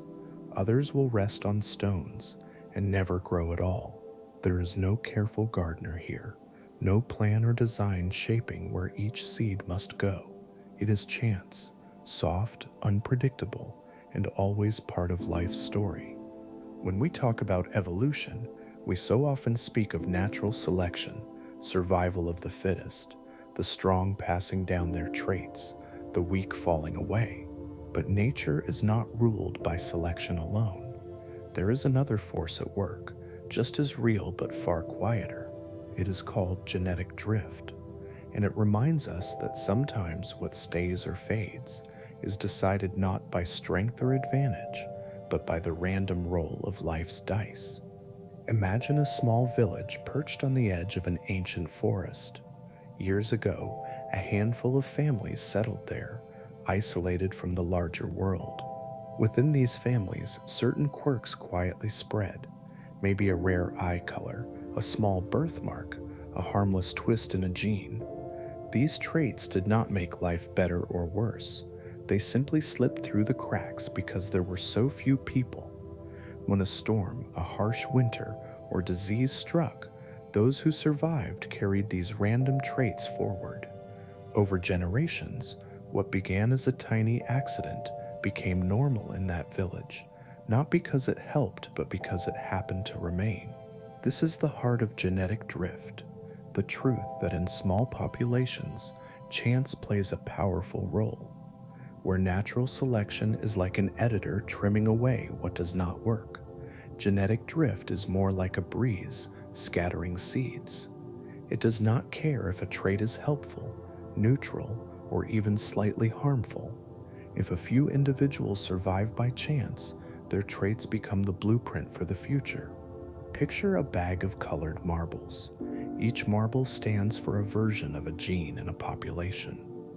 If you reach in and pull out marbles at random, sometimes you will get more blue ones than green, more yellow than red, even if every color was once equal. Over time, this random drawing can shift the whole pattern inside the bag, not by selection, but by sheer luck. That is how drift works. It changes the colors in nature's bag. Some of the clearest examples come from isolated islands and remote habitats. On tiny islands, a handful of birds might arrive, carried by a storm. Maybe one has a slightly bent beak that neither helps nor hurts its survival. But if that bird is the only one to find enough food to raise chicks, the bent beak trait spreads. In a large population, that quirk might disappear under the weight of more dominant traits. But on a lonely island, drift gives it a chance. Look at the cheetah, sleek and swift, yet its population has faced bottlenecks in the past, times when only a few individuals remained. Genetic drift left its mark in their genes, thinning their genetic diversity.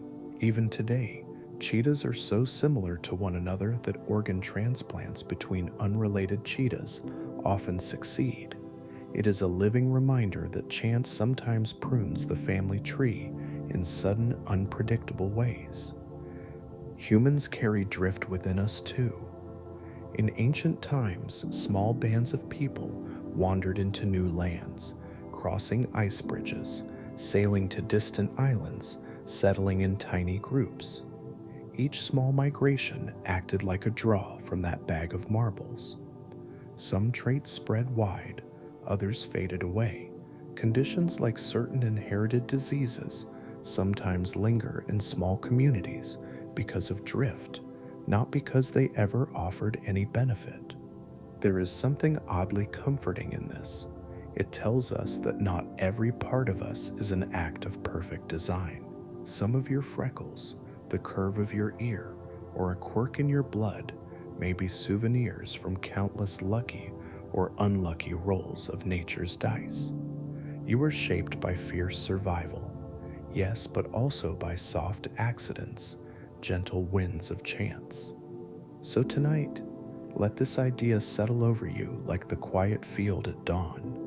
Imagine seeds drifting across the sky, falling where they may, waiting to grow if the ground is kind.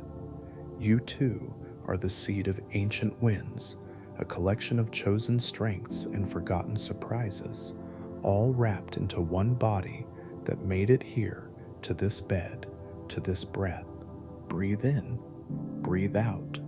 Let the thought ease you deeper into the dark. Not every page of your story needed to be perfect.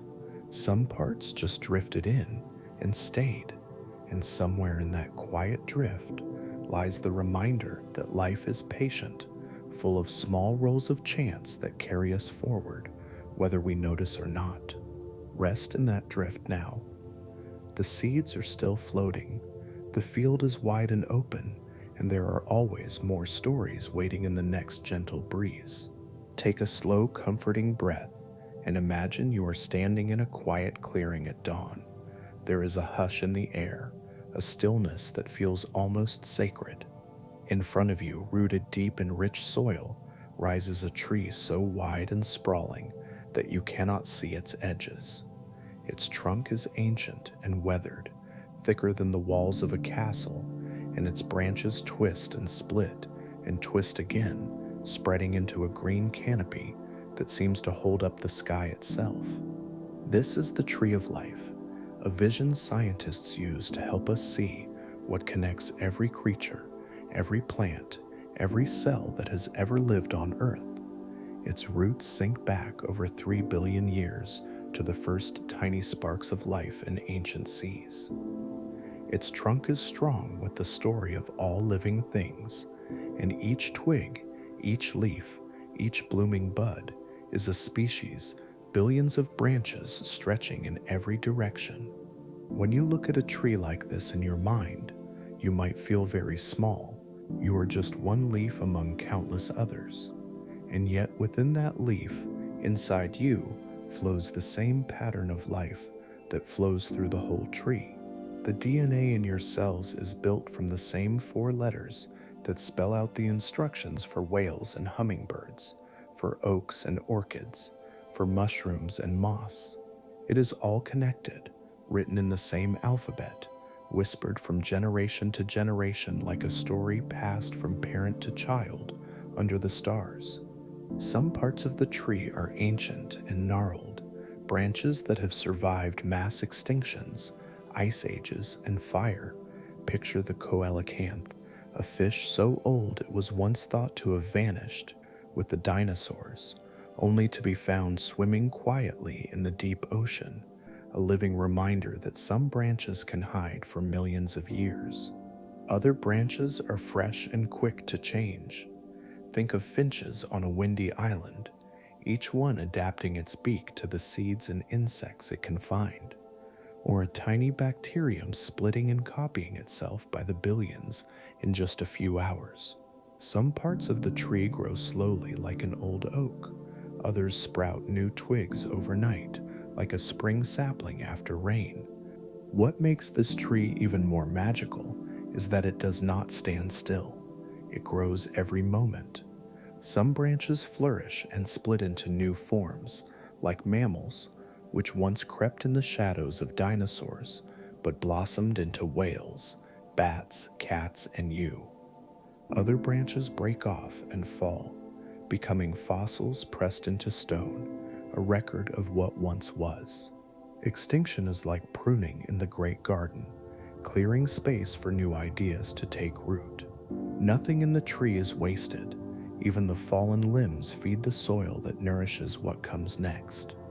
If you could float above this tree like a drifting cloud, you would see the patterns hidden in its leaves, how fish and humans share an old ancestor swimming in a shallow sea, how birds and crocodiles are cousins, both carrying the secrets of ancient reptiles in their bones, how a tiny mouse in the grass and a towering elephant share the same basic plans for organs and limbs, the same rhythms of heartbeats and breath.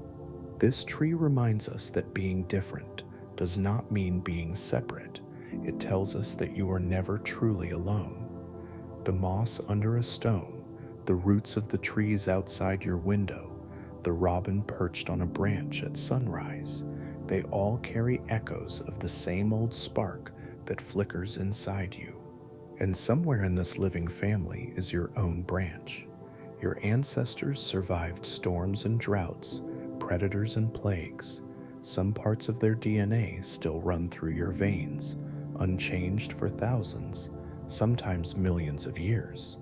Others shifted and adapted. Small tweaks passed down like hand-me-downs that still fit in new ways.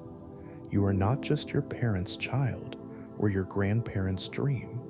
You are a leaf on a twig that grew from countless generations of stories, all rooted in the same deep soil. So as you breathe slower and softer now, picture that tree above you. Its branches stretch into the night sky, catching starlight in their leaves. Its roots hold firm in the dark, older than mountains, patient as the turning of the seasons. And you are here, one leaf among billions drifting toward sleep, cradled by a tree that has been growing for as long as life has dared to try. Somewhere far above, new buds are waiting to open. Somewhere deep below, roots curl around ancient memories, holding tight the promise that the tree will keep growing, branching and blooming, long after tonight's dreams have passed. And let your mind rest on this, that you are part of something wide and wild and endlessly connected. The tree of life hums softly through every cell, a reminder that you are never really alone, even when the night feels very still. Take a slow, quiet breath.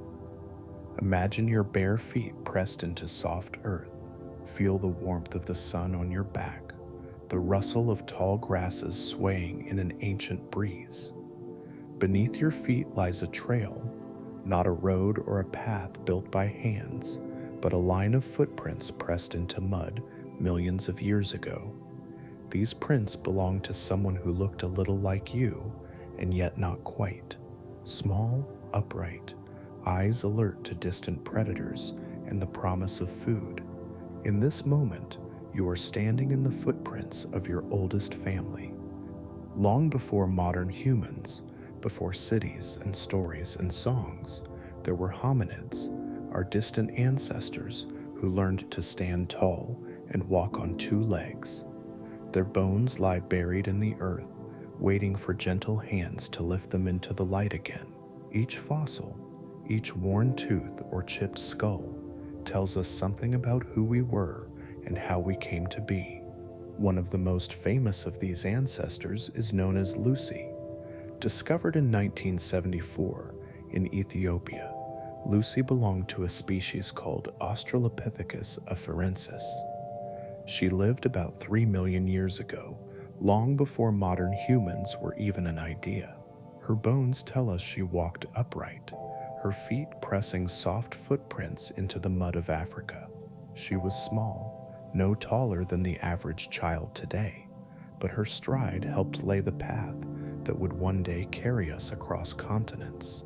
Close your eyes for a moment and picture her world. The air hums with insects, trees dot open plains. Small bands of Lucy's kind move together, gathering fruits, scavenging meat, watching the tall grass for signs of big cats or snakes. They do not yet speak as we do, but they share looks and simple calls, warning each other, comforting each other. Their survival depends on moving together, learning together. It is the beginning of something that will become family, tribe, community. Over thousands of generations, Lucy's descendants changed. Some branches of this human tree faded away, leaving only fossils as proof they once breathed the same air we do now. Others thrived, learning new ways to shape stones into tools, to crack open bones for marrow, to make fire when the nights grew cold.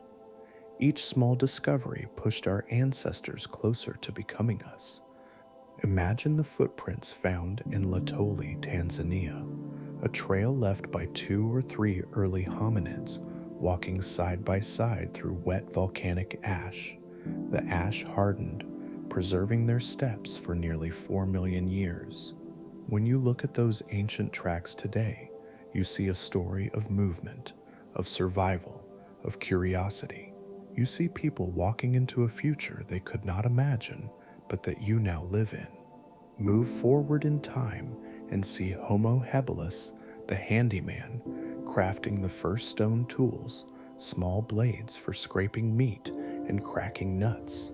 These early humans were still small and still vulnerable to larger predators, but their hands carried something new, the spark of creativity that would one day give rise to everything from cave paintings to computers. Then came Homo erectus, taller, stronger, striding out of Africa into Asia and Europe. They tamed fire, a miracle that warmed their bodies, cooked their food, and lit the darkness. Around fires, they may have shared stories and gestures and sounds, seeds of language taking root long before words had names. And so, step by patient step, footprints spread across deserts and forests, mountains and frozen plains. Each new place brought new challenges. Thick furs were stitched from hides to survive ice ages. Spears were shaped to hunt mammoths and elk. Paintings bloomed on cave walls in the flicker of torchlight. Bison, deer, handprints pressed into stone as if to say, "I was here, I was alive." Eventually, Homo sapiens, our own species, emerged. Clever, adaptable, restless, our ancestors crossed rivers and seas, carried fire and songs, gathered stories about the stars and the seasons. They built homes, villages, cities. They shaped myths to explain thunder and sunrise. They dreamed of gods, carved statues, raised monuments, and through all these thousands of years, the same bones that helped Lucy stand helped you stand too. Tonight, you are the newest link in this long, unbroken chain. Your feet rest on ground that remembers every footprint before yours. Inside you are the echoes of survival and chance, of curiosity and courage. You are built from the bones that once carried Lucy through tall grass, that sheltered families through ice and drought, that learned to speak and sing and hope. So breathe softly now. Feel your place in this gentle line of wanderers. Somewhere in the quiet dark, their footsteps still lead on, each one a reminder that you are not just here by accident, but by countless journeys that made this moment possible. Rest here with them for a while. The footprints do not end yet. They carry you onward, even as you drift deeper into sleep. Take a long, slow breath and picture your brain as it rests gently inside your skull. It weighs only about 3 pounds, but holds every laugh, every memory, every whispered dream that drifts through your mind as you lie here tonight. How did this soft, wrinkled marvel come to be? How did we get a brain that can paint the ceiling of a cathedral, launch telescopes beyond our planet, write poems, bake bread, tie shoelaces, and worry about the future all at once?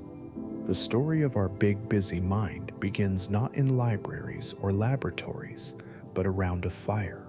Long before cities or songs or bedtime podcasts, our ancestors huddled close to warmth and flame, passing down secrets that would feed the brain and make it grow in ways the world had never seen. In the beginning, our distant ancestors had brains not so different from other mammals, small, efficient, just enough to get by. But then something changed. As they began to walk upright, their hands were freed. These hands became tools, rocks chipped into sharp flakes, sticks shaped into digging sticks, and simple spears. Early humans learned to hunt, scavenge, gather plants, and break open bones to find the rich marrow hidden inside. But meat and marrow are tough. They take energy to chew and digest, and here is where a single spark changed everything. Imagine the first flicker of fire caught and kept alive through the night. With fire came cooking. Cooking softened tough roots and stringy meat. It made food safer, easier to chew, and faster to digest. This meant that our ancestors could extract more energy with less effort. The body could use that spare energy somewhere new in the growing brain. This is one of nature's most curious bargains. Brains are expensive organs. Pound for pound, your brain eats more calories than any other part of you. It hums like a busy factory day and night, even when you sleep. Without cooking and rich food, our ancestors might never have had enough fuel to feed a mind that wanted to do more than just survive. But energy alone did not shape this mind. Our hands, clever and nimble, learned to craft better tools. Tool-making sharpened more than stones. It sharpened attention, planning, memory. The brain had to remember which rock chipped best, or where to find straight branches for spears. It had to watch and learn from others. And slowly, this watching turned to teaching. Teaching turned to language. Simple sounds at first, then complex words. With words came stories, songs, warnings, and laughter. Imagine a small band of early humans gathered around their campfire under a starry sky. They share roasted meat. They share tales of where the herds roam or where the berries grow thickest. A child learns to shape a stone blade by watching careful hands and listening to patient whispers. Ideas are no longer trapped inside one skull. They spread from person to person, carried like sparks into the future. This exchange of ideas pushed our brains further. Language required parts of the brain to grow new connections, to form and understand grammar, to store meaning, to shape tone and inflection. It made us better at working together, hunting in groups, raising young who needed years to grow. We learned not just how to survive, but how to share the best ways to survive. Over time, art and symbols blossomed too. Our brains painted bison on cave walls, carved animals into bone, left handprints like a signature on the world. Music and dance came to life beside flickering fires. These new forms of expression knit our minds together, binding communities with stories, traditions, and memory. Each of these milestones, fire, tools, language, art, left a mark on the folds of your brain. They demanded new ways of thinking, remembering, imagining. Our skulls expanded to cradle this growing storm of thoughts. They adapted so that babies would be born early, heads still soft and growing, cared for by parents and communities who understood that a big brain needed time to unfold. Even now, your brain carries all this quiet history. The same structures that once told your ancestors when to run from a predator or find food still shape your thoughts today. The same hands that chip stone tools now type on screens. The same voice that once warned of danger now whispers stories to help you sleep. So as you lie here, let your thoughts settle like soft embers around an ancient fire. Feel the warmth of all those minds who came before you, the ones who fed this flame with cooked roots, sharp stones, careful words, and dreams painted on cave walls. You are a living library of their best ideas, their wildest hopes, their whispered songs under a starlit sky. And somewhere inside you, the spark of that first fire still flickers, patient, bright, and always ready to grow. Take a long, slow breath and feel the length of your spine pressed into your bed. That gentle curve that holds your body upright through the day is more than just a stack of bones. It is a story, millions of years old, written in vertebrae and muscles, aches and sighs.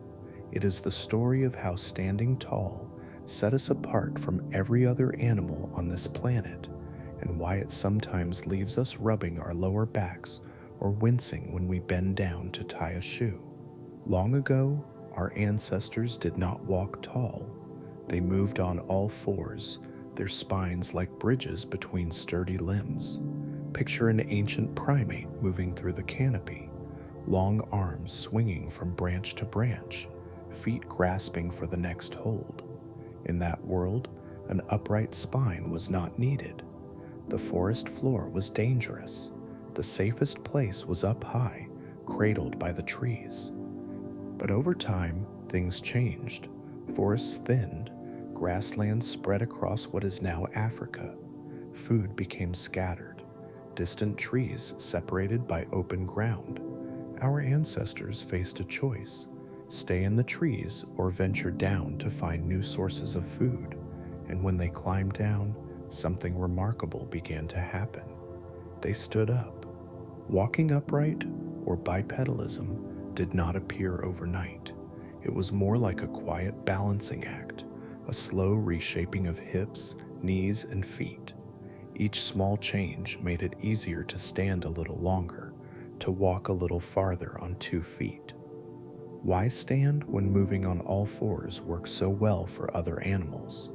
For our ancestors, standing tall came with 2 big gifts: a better view and free hands. In the grasslands, seeing over tall grass meant spotting predators before they pounced. A lion stalking from the shadows or a snake coiled in the brush was easier to see when you could stand above the grass, even for a moment. But the real magic came from what our hands could do once they were no longer needed for walking. Freed from the ground, our hands became tools of possibility. They learned to carry food, cradle babies, gather fruits, and shape stones into blades and hammers. They pointed, gestured, and eventually helped form the first words. Upright walking turned our arms from sturdy pillars into clever instruments for building shelters, cooking meals, making art, and inventing ways to share our thoughts. Yet every gift has its price. Standing tall is a brilliant adaptation, but evolution does not work like an architect designing a perfect machine. It works like a tinkerer, reshaping what already exists. The spine we have today was inherited from creatures built to walk on all fours. Turning that horizontal bridge into a vertical column was an engineering gamble. Picture your spine now. It is not perfectly straight, but curved like an elegant S. This curve helps balance your head above your shoulders and your hips above your feet. It acts like a spring, absorbing the bumps and jolts of walking and running. But this same curve means that our lower backs bear the weight of our upper bodies all day long. It is why so many people, young and old, feel that familiar ache after lifting a box, sitting too long, or waking up on a lumpy mattress. Our hips changed too. To support our organs while standing, our pelvis became shorter and wider. This change helped balance our weight, but it made childbirth more complicated. Our big, clever brains meant bigger heads for babies, and squeezing those large heads through a narrower birth canal turned giving birth into one of evolution's most painful trade-offs. Our feet tell the same story. They lost their grasping toes for climbing and gained strong arches for walking long distances. Those arches act like springs too, propelling us forward with each step. But they can also flatten, crack, or strain when we push them too far. Bunions, sprains, and sore heels are all reminders that our feet were adapted for long treks across the savannah, not necessarily for concrete sidewalks and stiff shoes. And yet, for all its flaws, upright walking shaped us in ways nothing else could. It freed our minds to dream bigger, our hands to build and create, our eyes to watch the horizon for what might come next. It made us explorers, gatherers, and eventually builders of great cities and stories. Every creak in your back and twinge in your knee is a tiny echo of that ancient compromise, the price we pay for standing tall and seeing far. So breathe softly now, feeling that gentle curve along your spine. Let it remind you that you are a masterpiece of countless trade-offs, a living record of every step your ancestors took across open plains and starlit clearings. The next time you stand and stretch, remember that the same spine that makes you groan when you bend is also what helped you pick up tools, cradle a child, and reach for tomorrow. Rest in that thought. Your upright frame may ache sometimes, but it carries you through the world in a way no other creature moves. And that, creaks and all, is something quietly extraordinary. Take a soft breath now and imagine your hands resting gently in your lap. Look at them in your mind's eye, these hands that can carve wood, strike flint, type letters, build skyscrapers, mend wounds, and hold the hand of someone you love. No other creature on Earth uses their hands quite like we do. No other creature has shaped its own future so dramatically, with tools, fire, language, and culture. When our ancestors first chipped stones into blades, they probably did not realize they were planting the seeds of something that would grow far beyond survival. Those early tools were simple: a sharp edge to cut meat from bone, a hammer to crack open nuts. Over time, these small inventions transformed our lives. With tools, we could hunt larger animals, clear forests, carve shelters, and craft clothing that let us travel to frozen lands where our bare skin would never survive. Each tool gave our species an edge against the raw forces of nature. But tools did something more subtle too. They changed how natural selection shaped us. Picture an animal that cannot run fast enough to catch prey or escape predators. In the wild, its genes would likely vanish with it. But our ancestors made spears, traps, and arrows. They worked together to surround prey or fend off hungry lions. In this way, tools softened nature's harshest rules.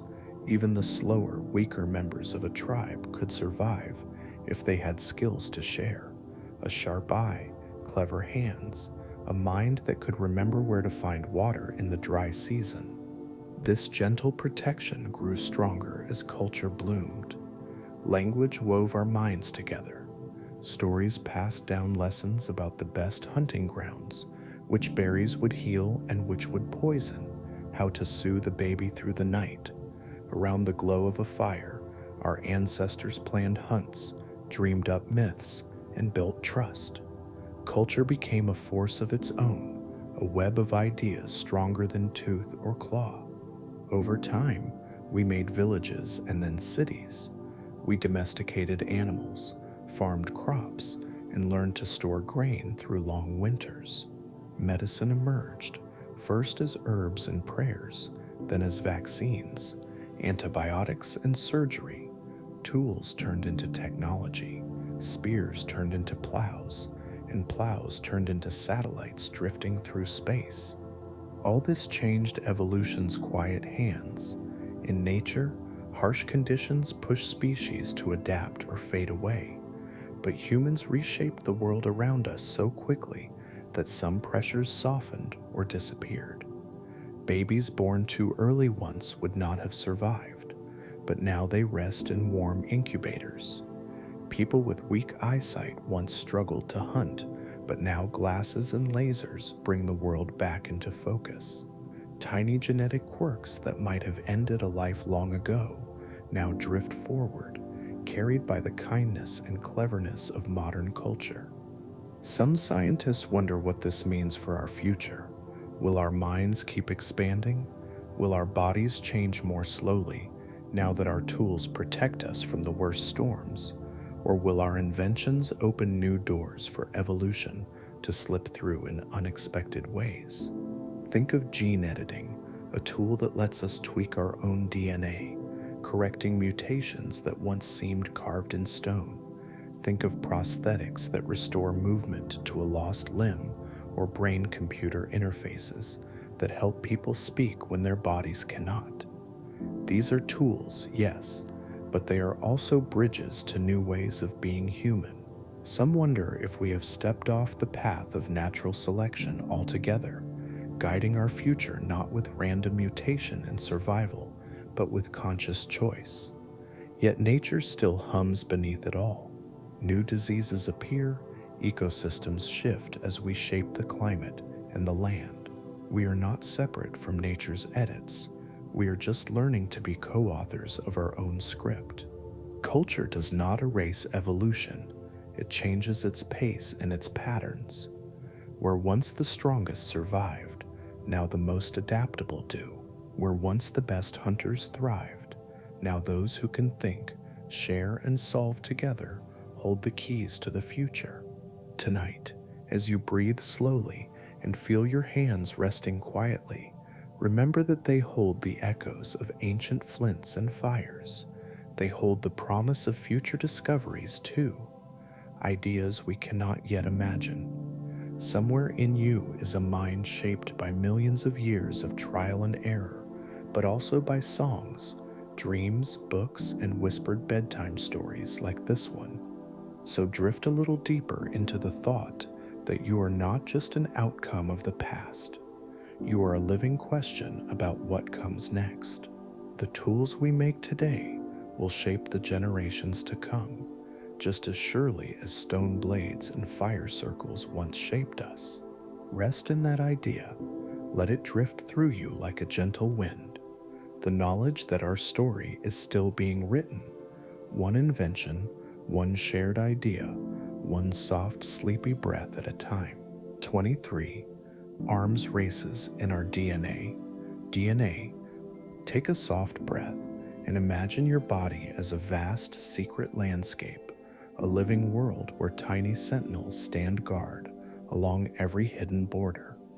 They drift through your bloodstream, curl around your cells, and linger in the quiet corners you never feel or see.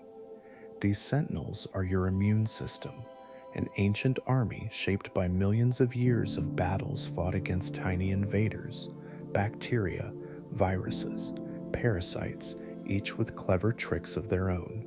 When we think of evolution, we often picture giant creatures clashing in the open, gazelles outrunning cheetahs, flowers tempting bees, predators and prey locked in visible dances. But one of the fiercest evolutionary arms races plays out not on open plains, but deep within you, where your immune system and the world's tiniest life forms are locked in a contest that never truly stops.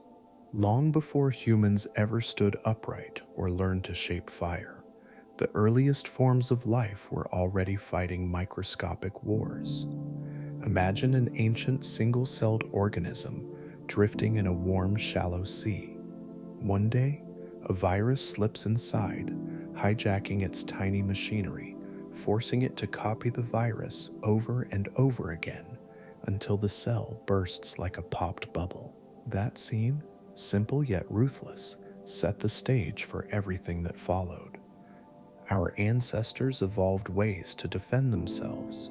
The first immune systems were simple: barriers like cell walls, chemical signals that warned of danger, tiny protein weapons that sliced intruders apart. But with every new defense, the invaders adapted too. They changed their coats, learned to hide, found new ways to slip past the guards. Nature never paused to admire her work. She just tested it over and over again. Fast forward millions of years, and you find this same struggle still unfolding in your veins. When a splinter slips under your skin, when you catch a cold from a crowded bus, when a mosquito's bite itches long after it flies away, that is your immune system doing its ancient job. Cells rush to the scene, some devouring bacteria whole, others spraying chemical alarms that summon reinforcements. They swarm like tiny guardians, remembering every enemy they have ever faced. Memory is one of the most extraordinary gifts your immune system carries. Once your body meets a virus like chickenpox or measles, it remembers the shape of that invader forever. Special cells tuck that memory away like a secret map. The next time the same virus tries to slip in, your immune system is ready, faster, stronger, more precise. It is evolution's version of learning from your mistakes. But the germs never stop changing. They mutate and shift, swapping bits of genetic code like thieves exchanging disguises. Some viruses drift so quickly that your body must fight them anew every season, like the flu, which reinvents itself year after year. Sometimes bacteria pass on secrets about how to dodge our strongest antibiotics, evolving into strains that resist even our cleverest medicines. This relentless race can feel unsettling, but it is also a testament to life's ingenuity. The arms race in our DNA has made us who we are. It has shaped the genes that help your cells recognize friend from foe. It has nudged some populations to carry certain traits that once offered protection against old plagues, like the sickle cell trait that helps guard against malaria, even though it comes with its own risks. In many ways, our culture has joined this arms race too. Vaccines are one of our greatest inventions, a way to teach the body's soldiers to recognize an enemy before the real battle begins. It is evolution in action, but guided by human hands and minds. We study old foes and share our knowledge, giving our bodies a head start in fights they once faced alone. Even now, inside you, these microscopic battles play out as you lie warm under your blanket. Some cells stand guard at your skin's edge, others patrol your gut, where trillions of bacteria live in uneasy harmony. Some float in your blood, always on alert for trouble, and every one of these cells is shaped by generations of survival, the descendants of cells that learned how to fight back. So tonight, as you drift deeper, remember that you are not just a passive passenger in this story. You are the living proof that life adapts, learns, and endures. The same arms race that once raged in the simplest creatures now whispers through your veins, quietly protecting you as you dream. Breathe softly now. Let that hidden army do its work. Let your cells remember what they have learned. And know that in this vast, invisible contest, you are never defenseless. You are part of an ancient partnership, nature's clever compromise between danger and defense. Somewhere deep inside you, evolution never sleeps, and neither does the hope that tomorrow you will wake ready for whatever new challenge drifts your way. Tmenert, extinction events and new beginning. Take a slow, deep breath and imagine our planet as it drifts through the quiet dark of space, a blue and green marble spinning gently under a blanket of stars. From high above, it looks peaceful, timeless, a steady cradle for life. But when you look closer, you find that Earth's story is not one of gentle calm alone. It is also a story of sudden endings and unexpected new beginnings, moments when the world was shaken so deeply that almost everything living had to start over. Long before humans walked upright or carved stones into tools, our planet saw the rise and fall of countless creatures. Some of them were so strange they feel like dreams now. Giant dragonflies with wings as wide as eagles, forests of towering ferns, and oceans ruled by trilobites scuttling along the sea floor. Many of these lives vanished in moments so vast and so quiet that the rocks themselves had to record what happened. One of the greatest of these endings came 250 million years ago in an event scientists call the Great Dying. Back then, the Earth looked very different. Almost all land was gathered into one giant continent called Pangaea, and strange creatures roamed its plains and forests. But deep under the crust, magma churned and bubbled. When it erupted in what is now Siberia, it spilled lava and toxic gases for thousands of years, changing the climate so dramatically that over 90% of species vanished into the fossil record. Imagine that, almost every branch of the tree of life pruned back to its roots. And yet, after this vast silence, life found a way to fill the empty spaces again. New creatures emerged, early reptiles that would become dinosaurs, small ancestors of mammals that would one day scurry under giant feet, waiting for their moment to grow. Perhaps the most famous extinction of all came with the fall of the dinosaurs. For 160 million years, dinosaurs ruled land, sea, and sky. They were the thunder of the earth, colossal plant eaters, as long as buses, predators with teeth as sharp as knives. But then, 66 million years ago, a rock from space changed everything. Scientists believe a massive asteroid slammed into what is now Mexico's Yucatan Peninsula. The impact carved out a crater more than 100 miles wide, sending dust and ash into the sky. Darkness fell across the world, plants withered without sunlight, food chains crumbled, and within just a few thousand years, a heartbeat in Earth's time, the dinosaurs were gone. But look closer and you see that even this terrible ending opened doors for something new.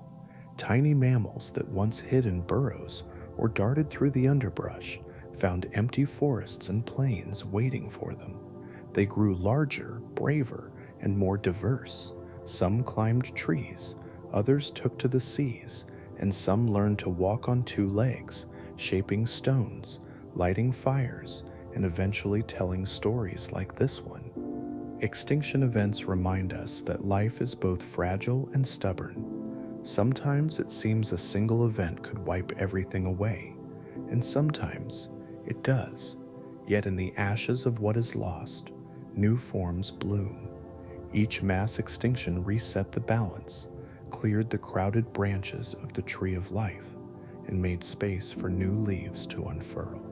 Even now, scientists watch the signs of life's next challenges.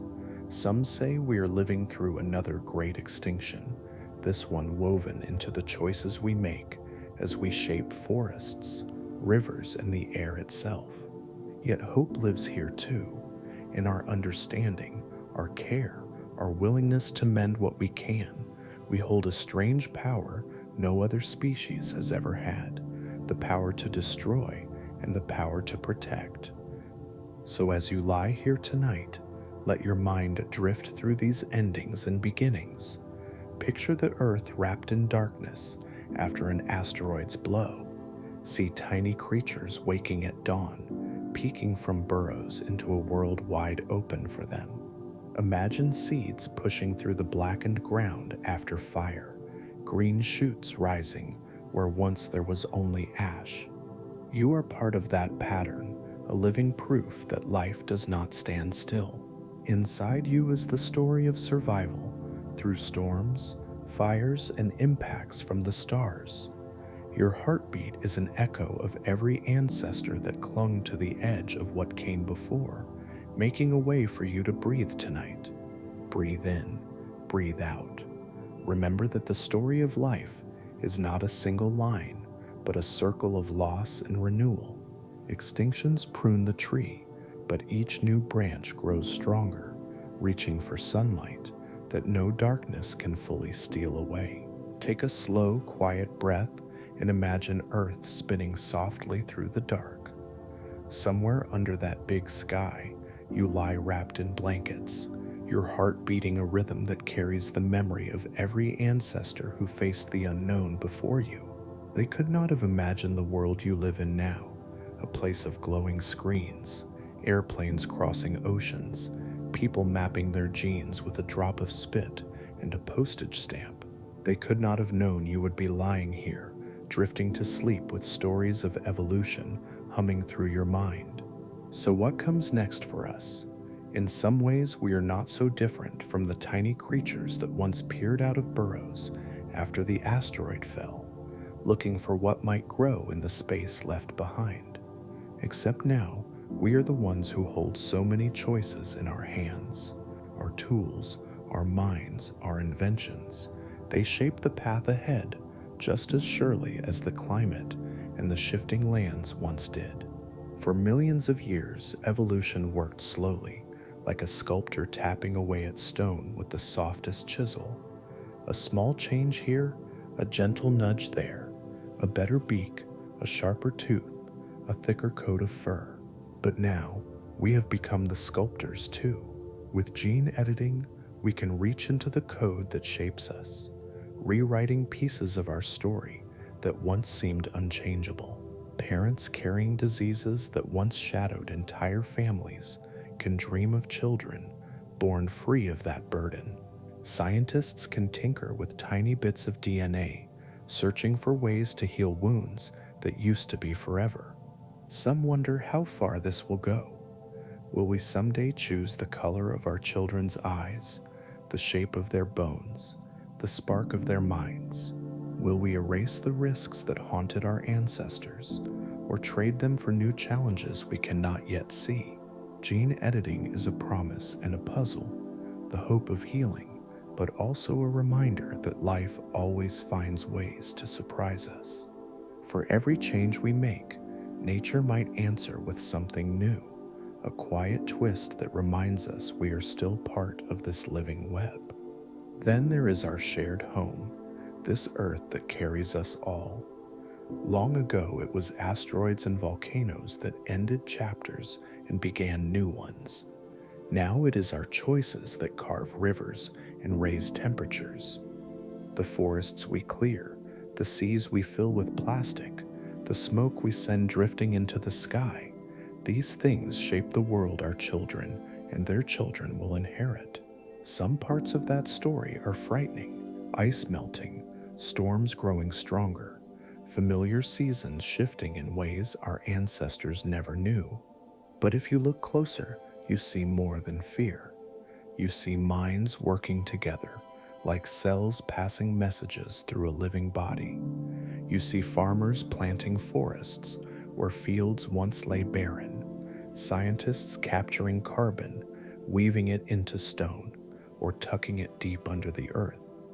You see young people standing up, saying this story belongs to all of us, and we must care for it, together. The future is not written yet. It curls at the edges of every choice we make. It waits in the genes we shape and the air we breathe. It whispers from the edges of our cities, from coral reefs rebuilding after storms, from seeds tucked into vaults high in frozen mountains, tiny promises that life wants to grow wherever it can. And somewhere inside you is a spark of that promise too. Your brain, your hands, your heart, they carry every lesson our ancestors earned the hard way. You do not have claws or thick fur to shield you from winter winds, but you have warmth inside you. You have stories, questions, and dreams. You have the power to shape what comes next, not just for you, but for the whole web of life that rests gently on this spinning earth. So as you breathe in the dark tonight, let that thought settle in your chest. You are not just a product of the past, you are the bridge to what might be. You are a tiny part of nature's experiment in learning, caring, and dreaming. You can choose to heal what is wounded, to protect what is precious, to grow something green in the ashes of what is lost. What comes next for us? No one knows for certain, and maybe that is a good thing. It means we still have room to hope, to wonder, to get it right when we can, and to try again when we do not. We are still evolving, not just in our DNA, but in our hearts and our choices. Breathe softly now. Rest in the knowledge that you belong to this great, unfolding story. And when the morning comes, you will wake not at the end of evolution, but somewhere in the middle. Take a long, quiet breath. Picture yourself standing in the soft grass at the edge of a forest, starlight flickering through the branches above you. Now imagine turning around and taking your first step backward, not just through this forest, but through all of time. Tonight, we will drift together, tracing our footsteps back through the great story that shaped you. Start with your hands, warm, flexible, so good at holding a pen, tying a shoelace, or brushing hair away from your eyes. These hands tell you that you are human, Homo sapiens, a species that only emerged about 300,000 years ago. In the soft glow of that time, your ancestors made tools, drew animals on cave walls, and left handprints as a quiet message to the future. We were here. Keep stepping back and you find the hominids, Lucy and her kind, the Australopithecines who walked upright through the tall grasses of Africa 3 million years ago. Imagine them, small and sturdy, their footprints pressed into volcanic ash, carrying baskets of fruit or simple stone tools. They did not know you would one day whisper their story into the night. Further still, and you see the early humans who learned to tame fire, the ones who warmed themselves through long winters and gathered around flickering flames to share what they knew. Fire let them cook, softened food, and brightened the long dark. With fire came warmth, safety, and stories, tiny sparks that fed the growing brain. Step again, and you reach the mammals who scurried in the shadows of the dinosaurs. Tiny, fur-covered creatures, eyes wide and bright, they darted through ferns and underbrush, always alert for the thunder of heavy feet above. When the asteroid fell and the giant lizards vanished, these small survivors emerged from their burrows to claim the spaces left behind. Their bodies, warm-blooded and clever, held the seeds of what would become bears, whales, bats, and you. Keep drifting back and you see the reptiles, scales glistening in ancient sunlight, eggs hidden in nests among the ferns. Imagine massive crocodiles resting in shallow waters, turtle ancestors gliding through warm seas. The land was thick with green forests, and the air sang with the calls of giant insects, their wings catching the light like living stained glass. Further still, and the timeline carries you into the age of amphibians, creatures that learned to crawl from water onto land. Picture lobe-finned fish that flopped up muddy banks, using their strong fins to push forward into a world with fresh air and insects waiting to be caught. Those first awkward steps gave us the pattern inside your arms and legs today. One bone, two bones, many bones, digits. You can thank those ancient fish for your elbows and knees. Step back again and stand by the edges of vast ancient oceans. Fish with armored plates drift through coral forests. Strange jawless forms filter food from the currents. Here, the spine finds its first form, a notochord stiffening their bodies, making swimming more powerful. Your backbone, curved and strong, carries that blueprint still. Back you go, deeper and deeper. The first multi-celled creatures bloom in the sea, soft, jelly-like forms that drift and pulse, some with simple nerve nets that sense light and touch. Imagine jellyfish ancestors moving gently with the tides, simple yet astonishing, their translucent bodies glowing under ancient moons.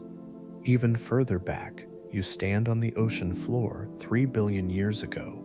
It is silent except for the slow bubbling of underwater vents. Here, single-celled organisms flourish, feeding on minerals and sunlight.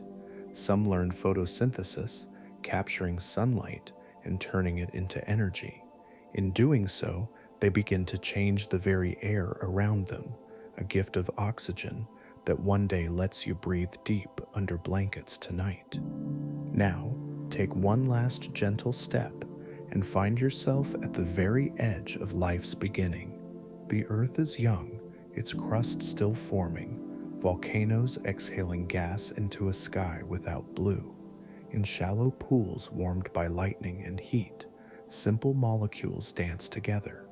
Amino acids link, bubbles of membrane form, and tiny chains of genetic material drift into place. These earliest cells do not dream or think or feel, they simply exist, dividing and drifting, ready to become the ancestors of everything that lives and breathes and wonders now. So here you are, back at the place where your story began, a single cell adrift in ancient seas.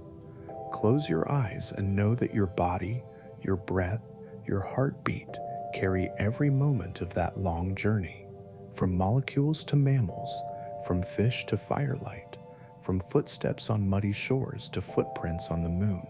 You are every chapter written in that deep time. Rest in that thought.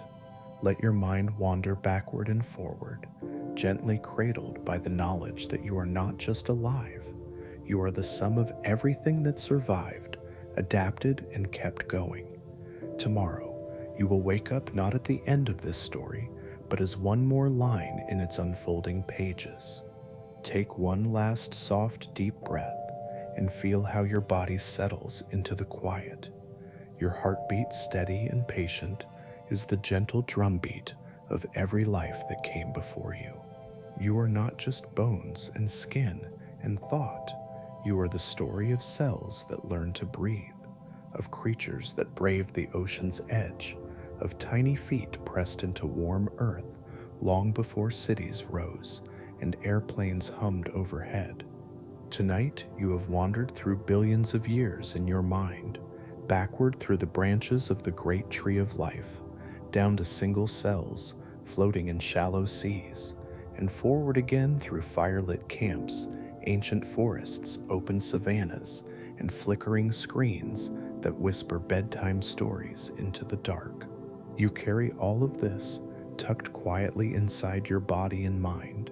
Every heartbeat is an echo of a fish that learned to swim stronger, a mammal that learned to run faster, a human who looked up at the stars and wondered, just as you do now. You are proof that life's story is not fragile, but endlessly resilient. When the world shook with asteroids and ash, when forests burned and rivers dried, life bent but did not break. It found new ways to grow, new shapes to try, new hopes to carry forward. You are here because all those tiny chances stacked up into something astonishing. You, lying still in the dark, your mind drifting across time as easily as a bird drifts across the sky. Let yourself feel how precious this is, how wonderful that you exist in this moment, that you can wonder about your past and imagine your future. The same spark that flickered in the first tiny cell flickers in you now. It hums in your breath and your thoughts, in every soft question you ask about who you are and where you are going. Remember this too. You are never separate from this world you love. The trees that breathe out oxygen for your lungs, the soil that holds the memory of your ancestors' footsteps, the ocean tides that rise and fall like the calm rhythm of your own chest. You are part of it all, and it is part of you, woven together like roots beneath the forest floor. Maybe tomorrow you will wake up and feel the weight of the world again, the worries and news, the bright screens and endless lists. But tonight, you are allowed to set all that aside. Let it drift out of reach for a while. Tonight is for quiet gratitude. Tonight is for remembering that you are not just surviving, you are carrying a miracle older than any words we know. Your cells, your thoughts, your breath, all a testament to nature's boundless wonder. So breathe in gently, let your shoulders soften, let your eyelids grow heavier with each word. Let yourself feel safe here in this blanket of stories. There is no need to do anything right now, no need to solve or fix or hurry. You are enough exactly as you are, a small, living spark of everything that ever was and everything that might be. And when you wake, let this feeling stay with you like a soft ember in your pocket. Remember, you are a story still being written, with chapters yet to come that only you can live. Take small moments tomorrow to look at a leaf, a bird, a passing cloud, and feel that quiet connection hum through you again. If you have drifted with me through this journey, and you find comfort in these sleepy rambles, I would be so grateful if you tap the like button and share this little pocket of calm with someone you care about. And if you would like to dream with us again, please subscribe to the Snoozy Scientist so you will always have a warm place to wander when sleep feels far away. Every click, every comment, every sleepy soul who joins this tiny community helps keep these gentle stories alive, breathing softly in the world. So rest well, curious soul, sleep easy, knowing you are a living miracle stitched together by the patient hands of time.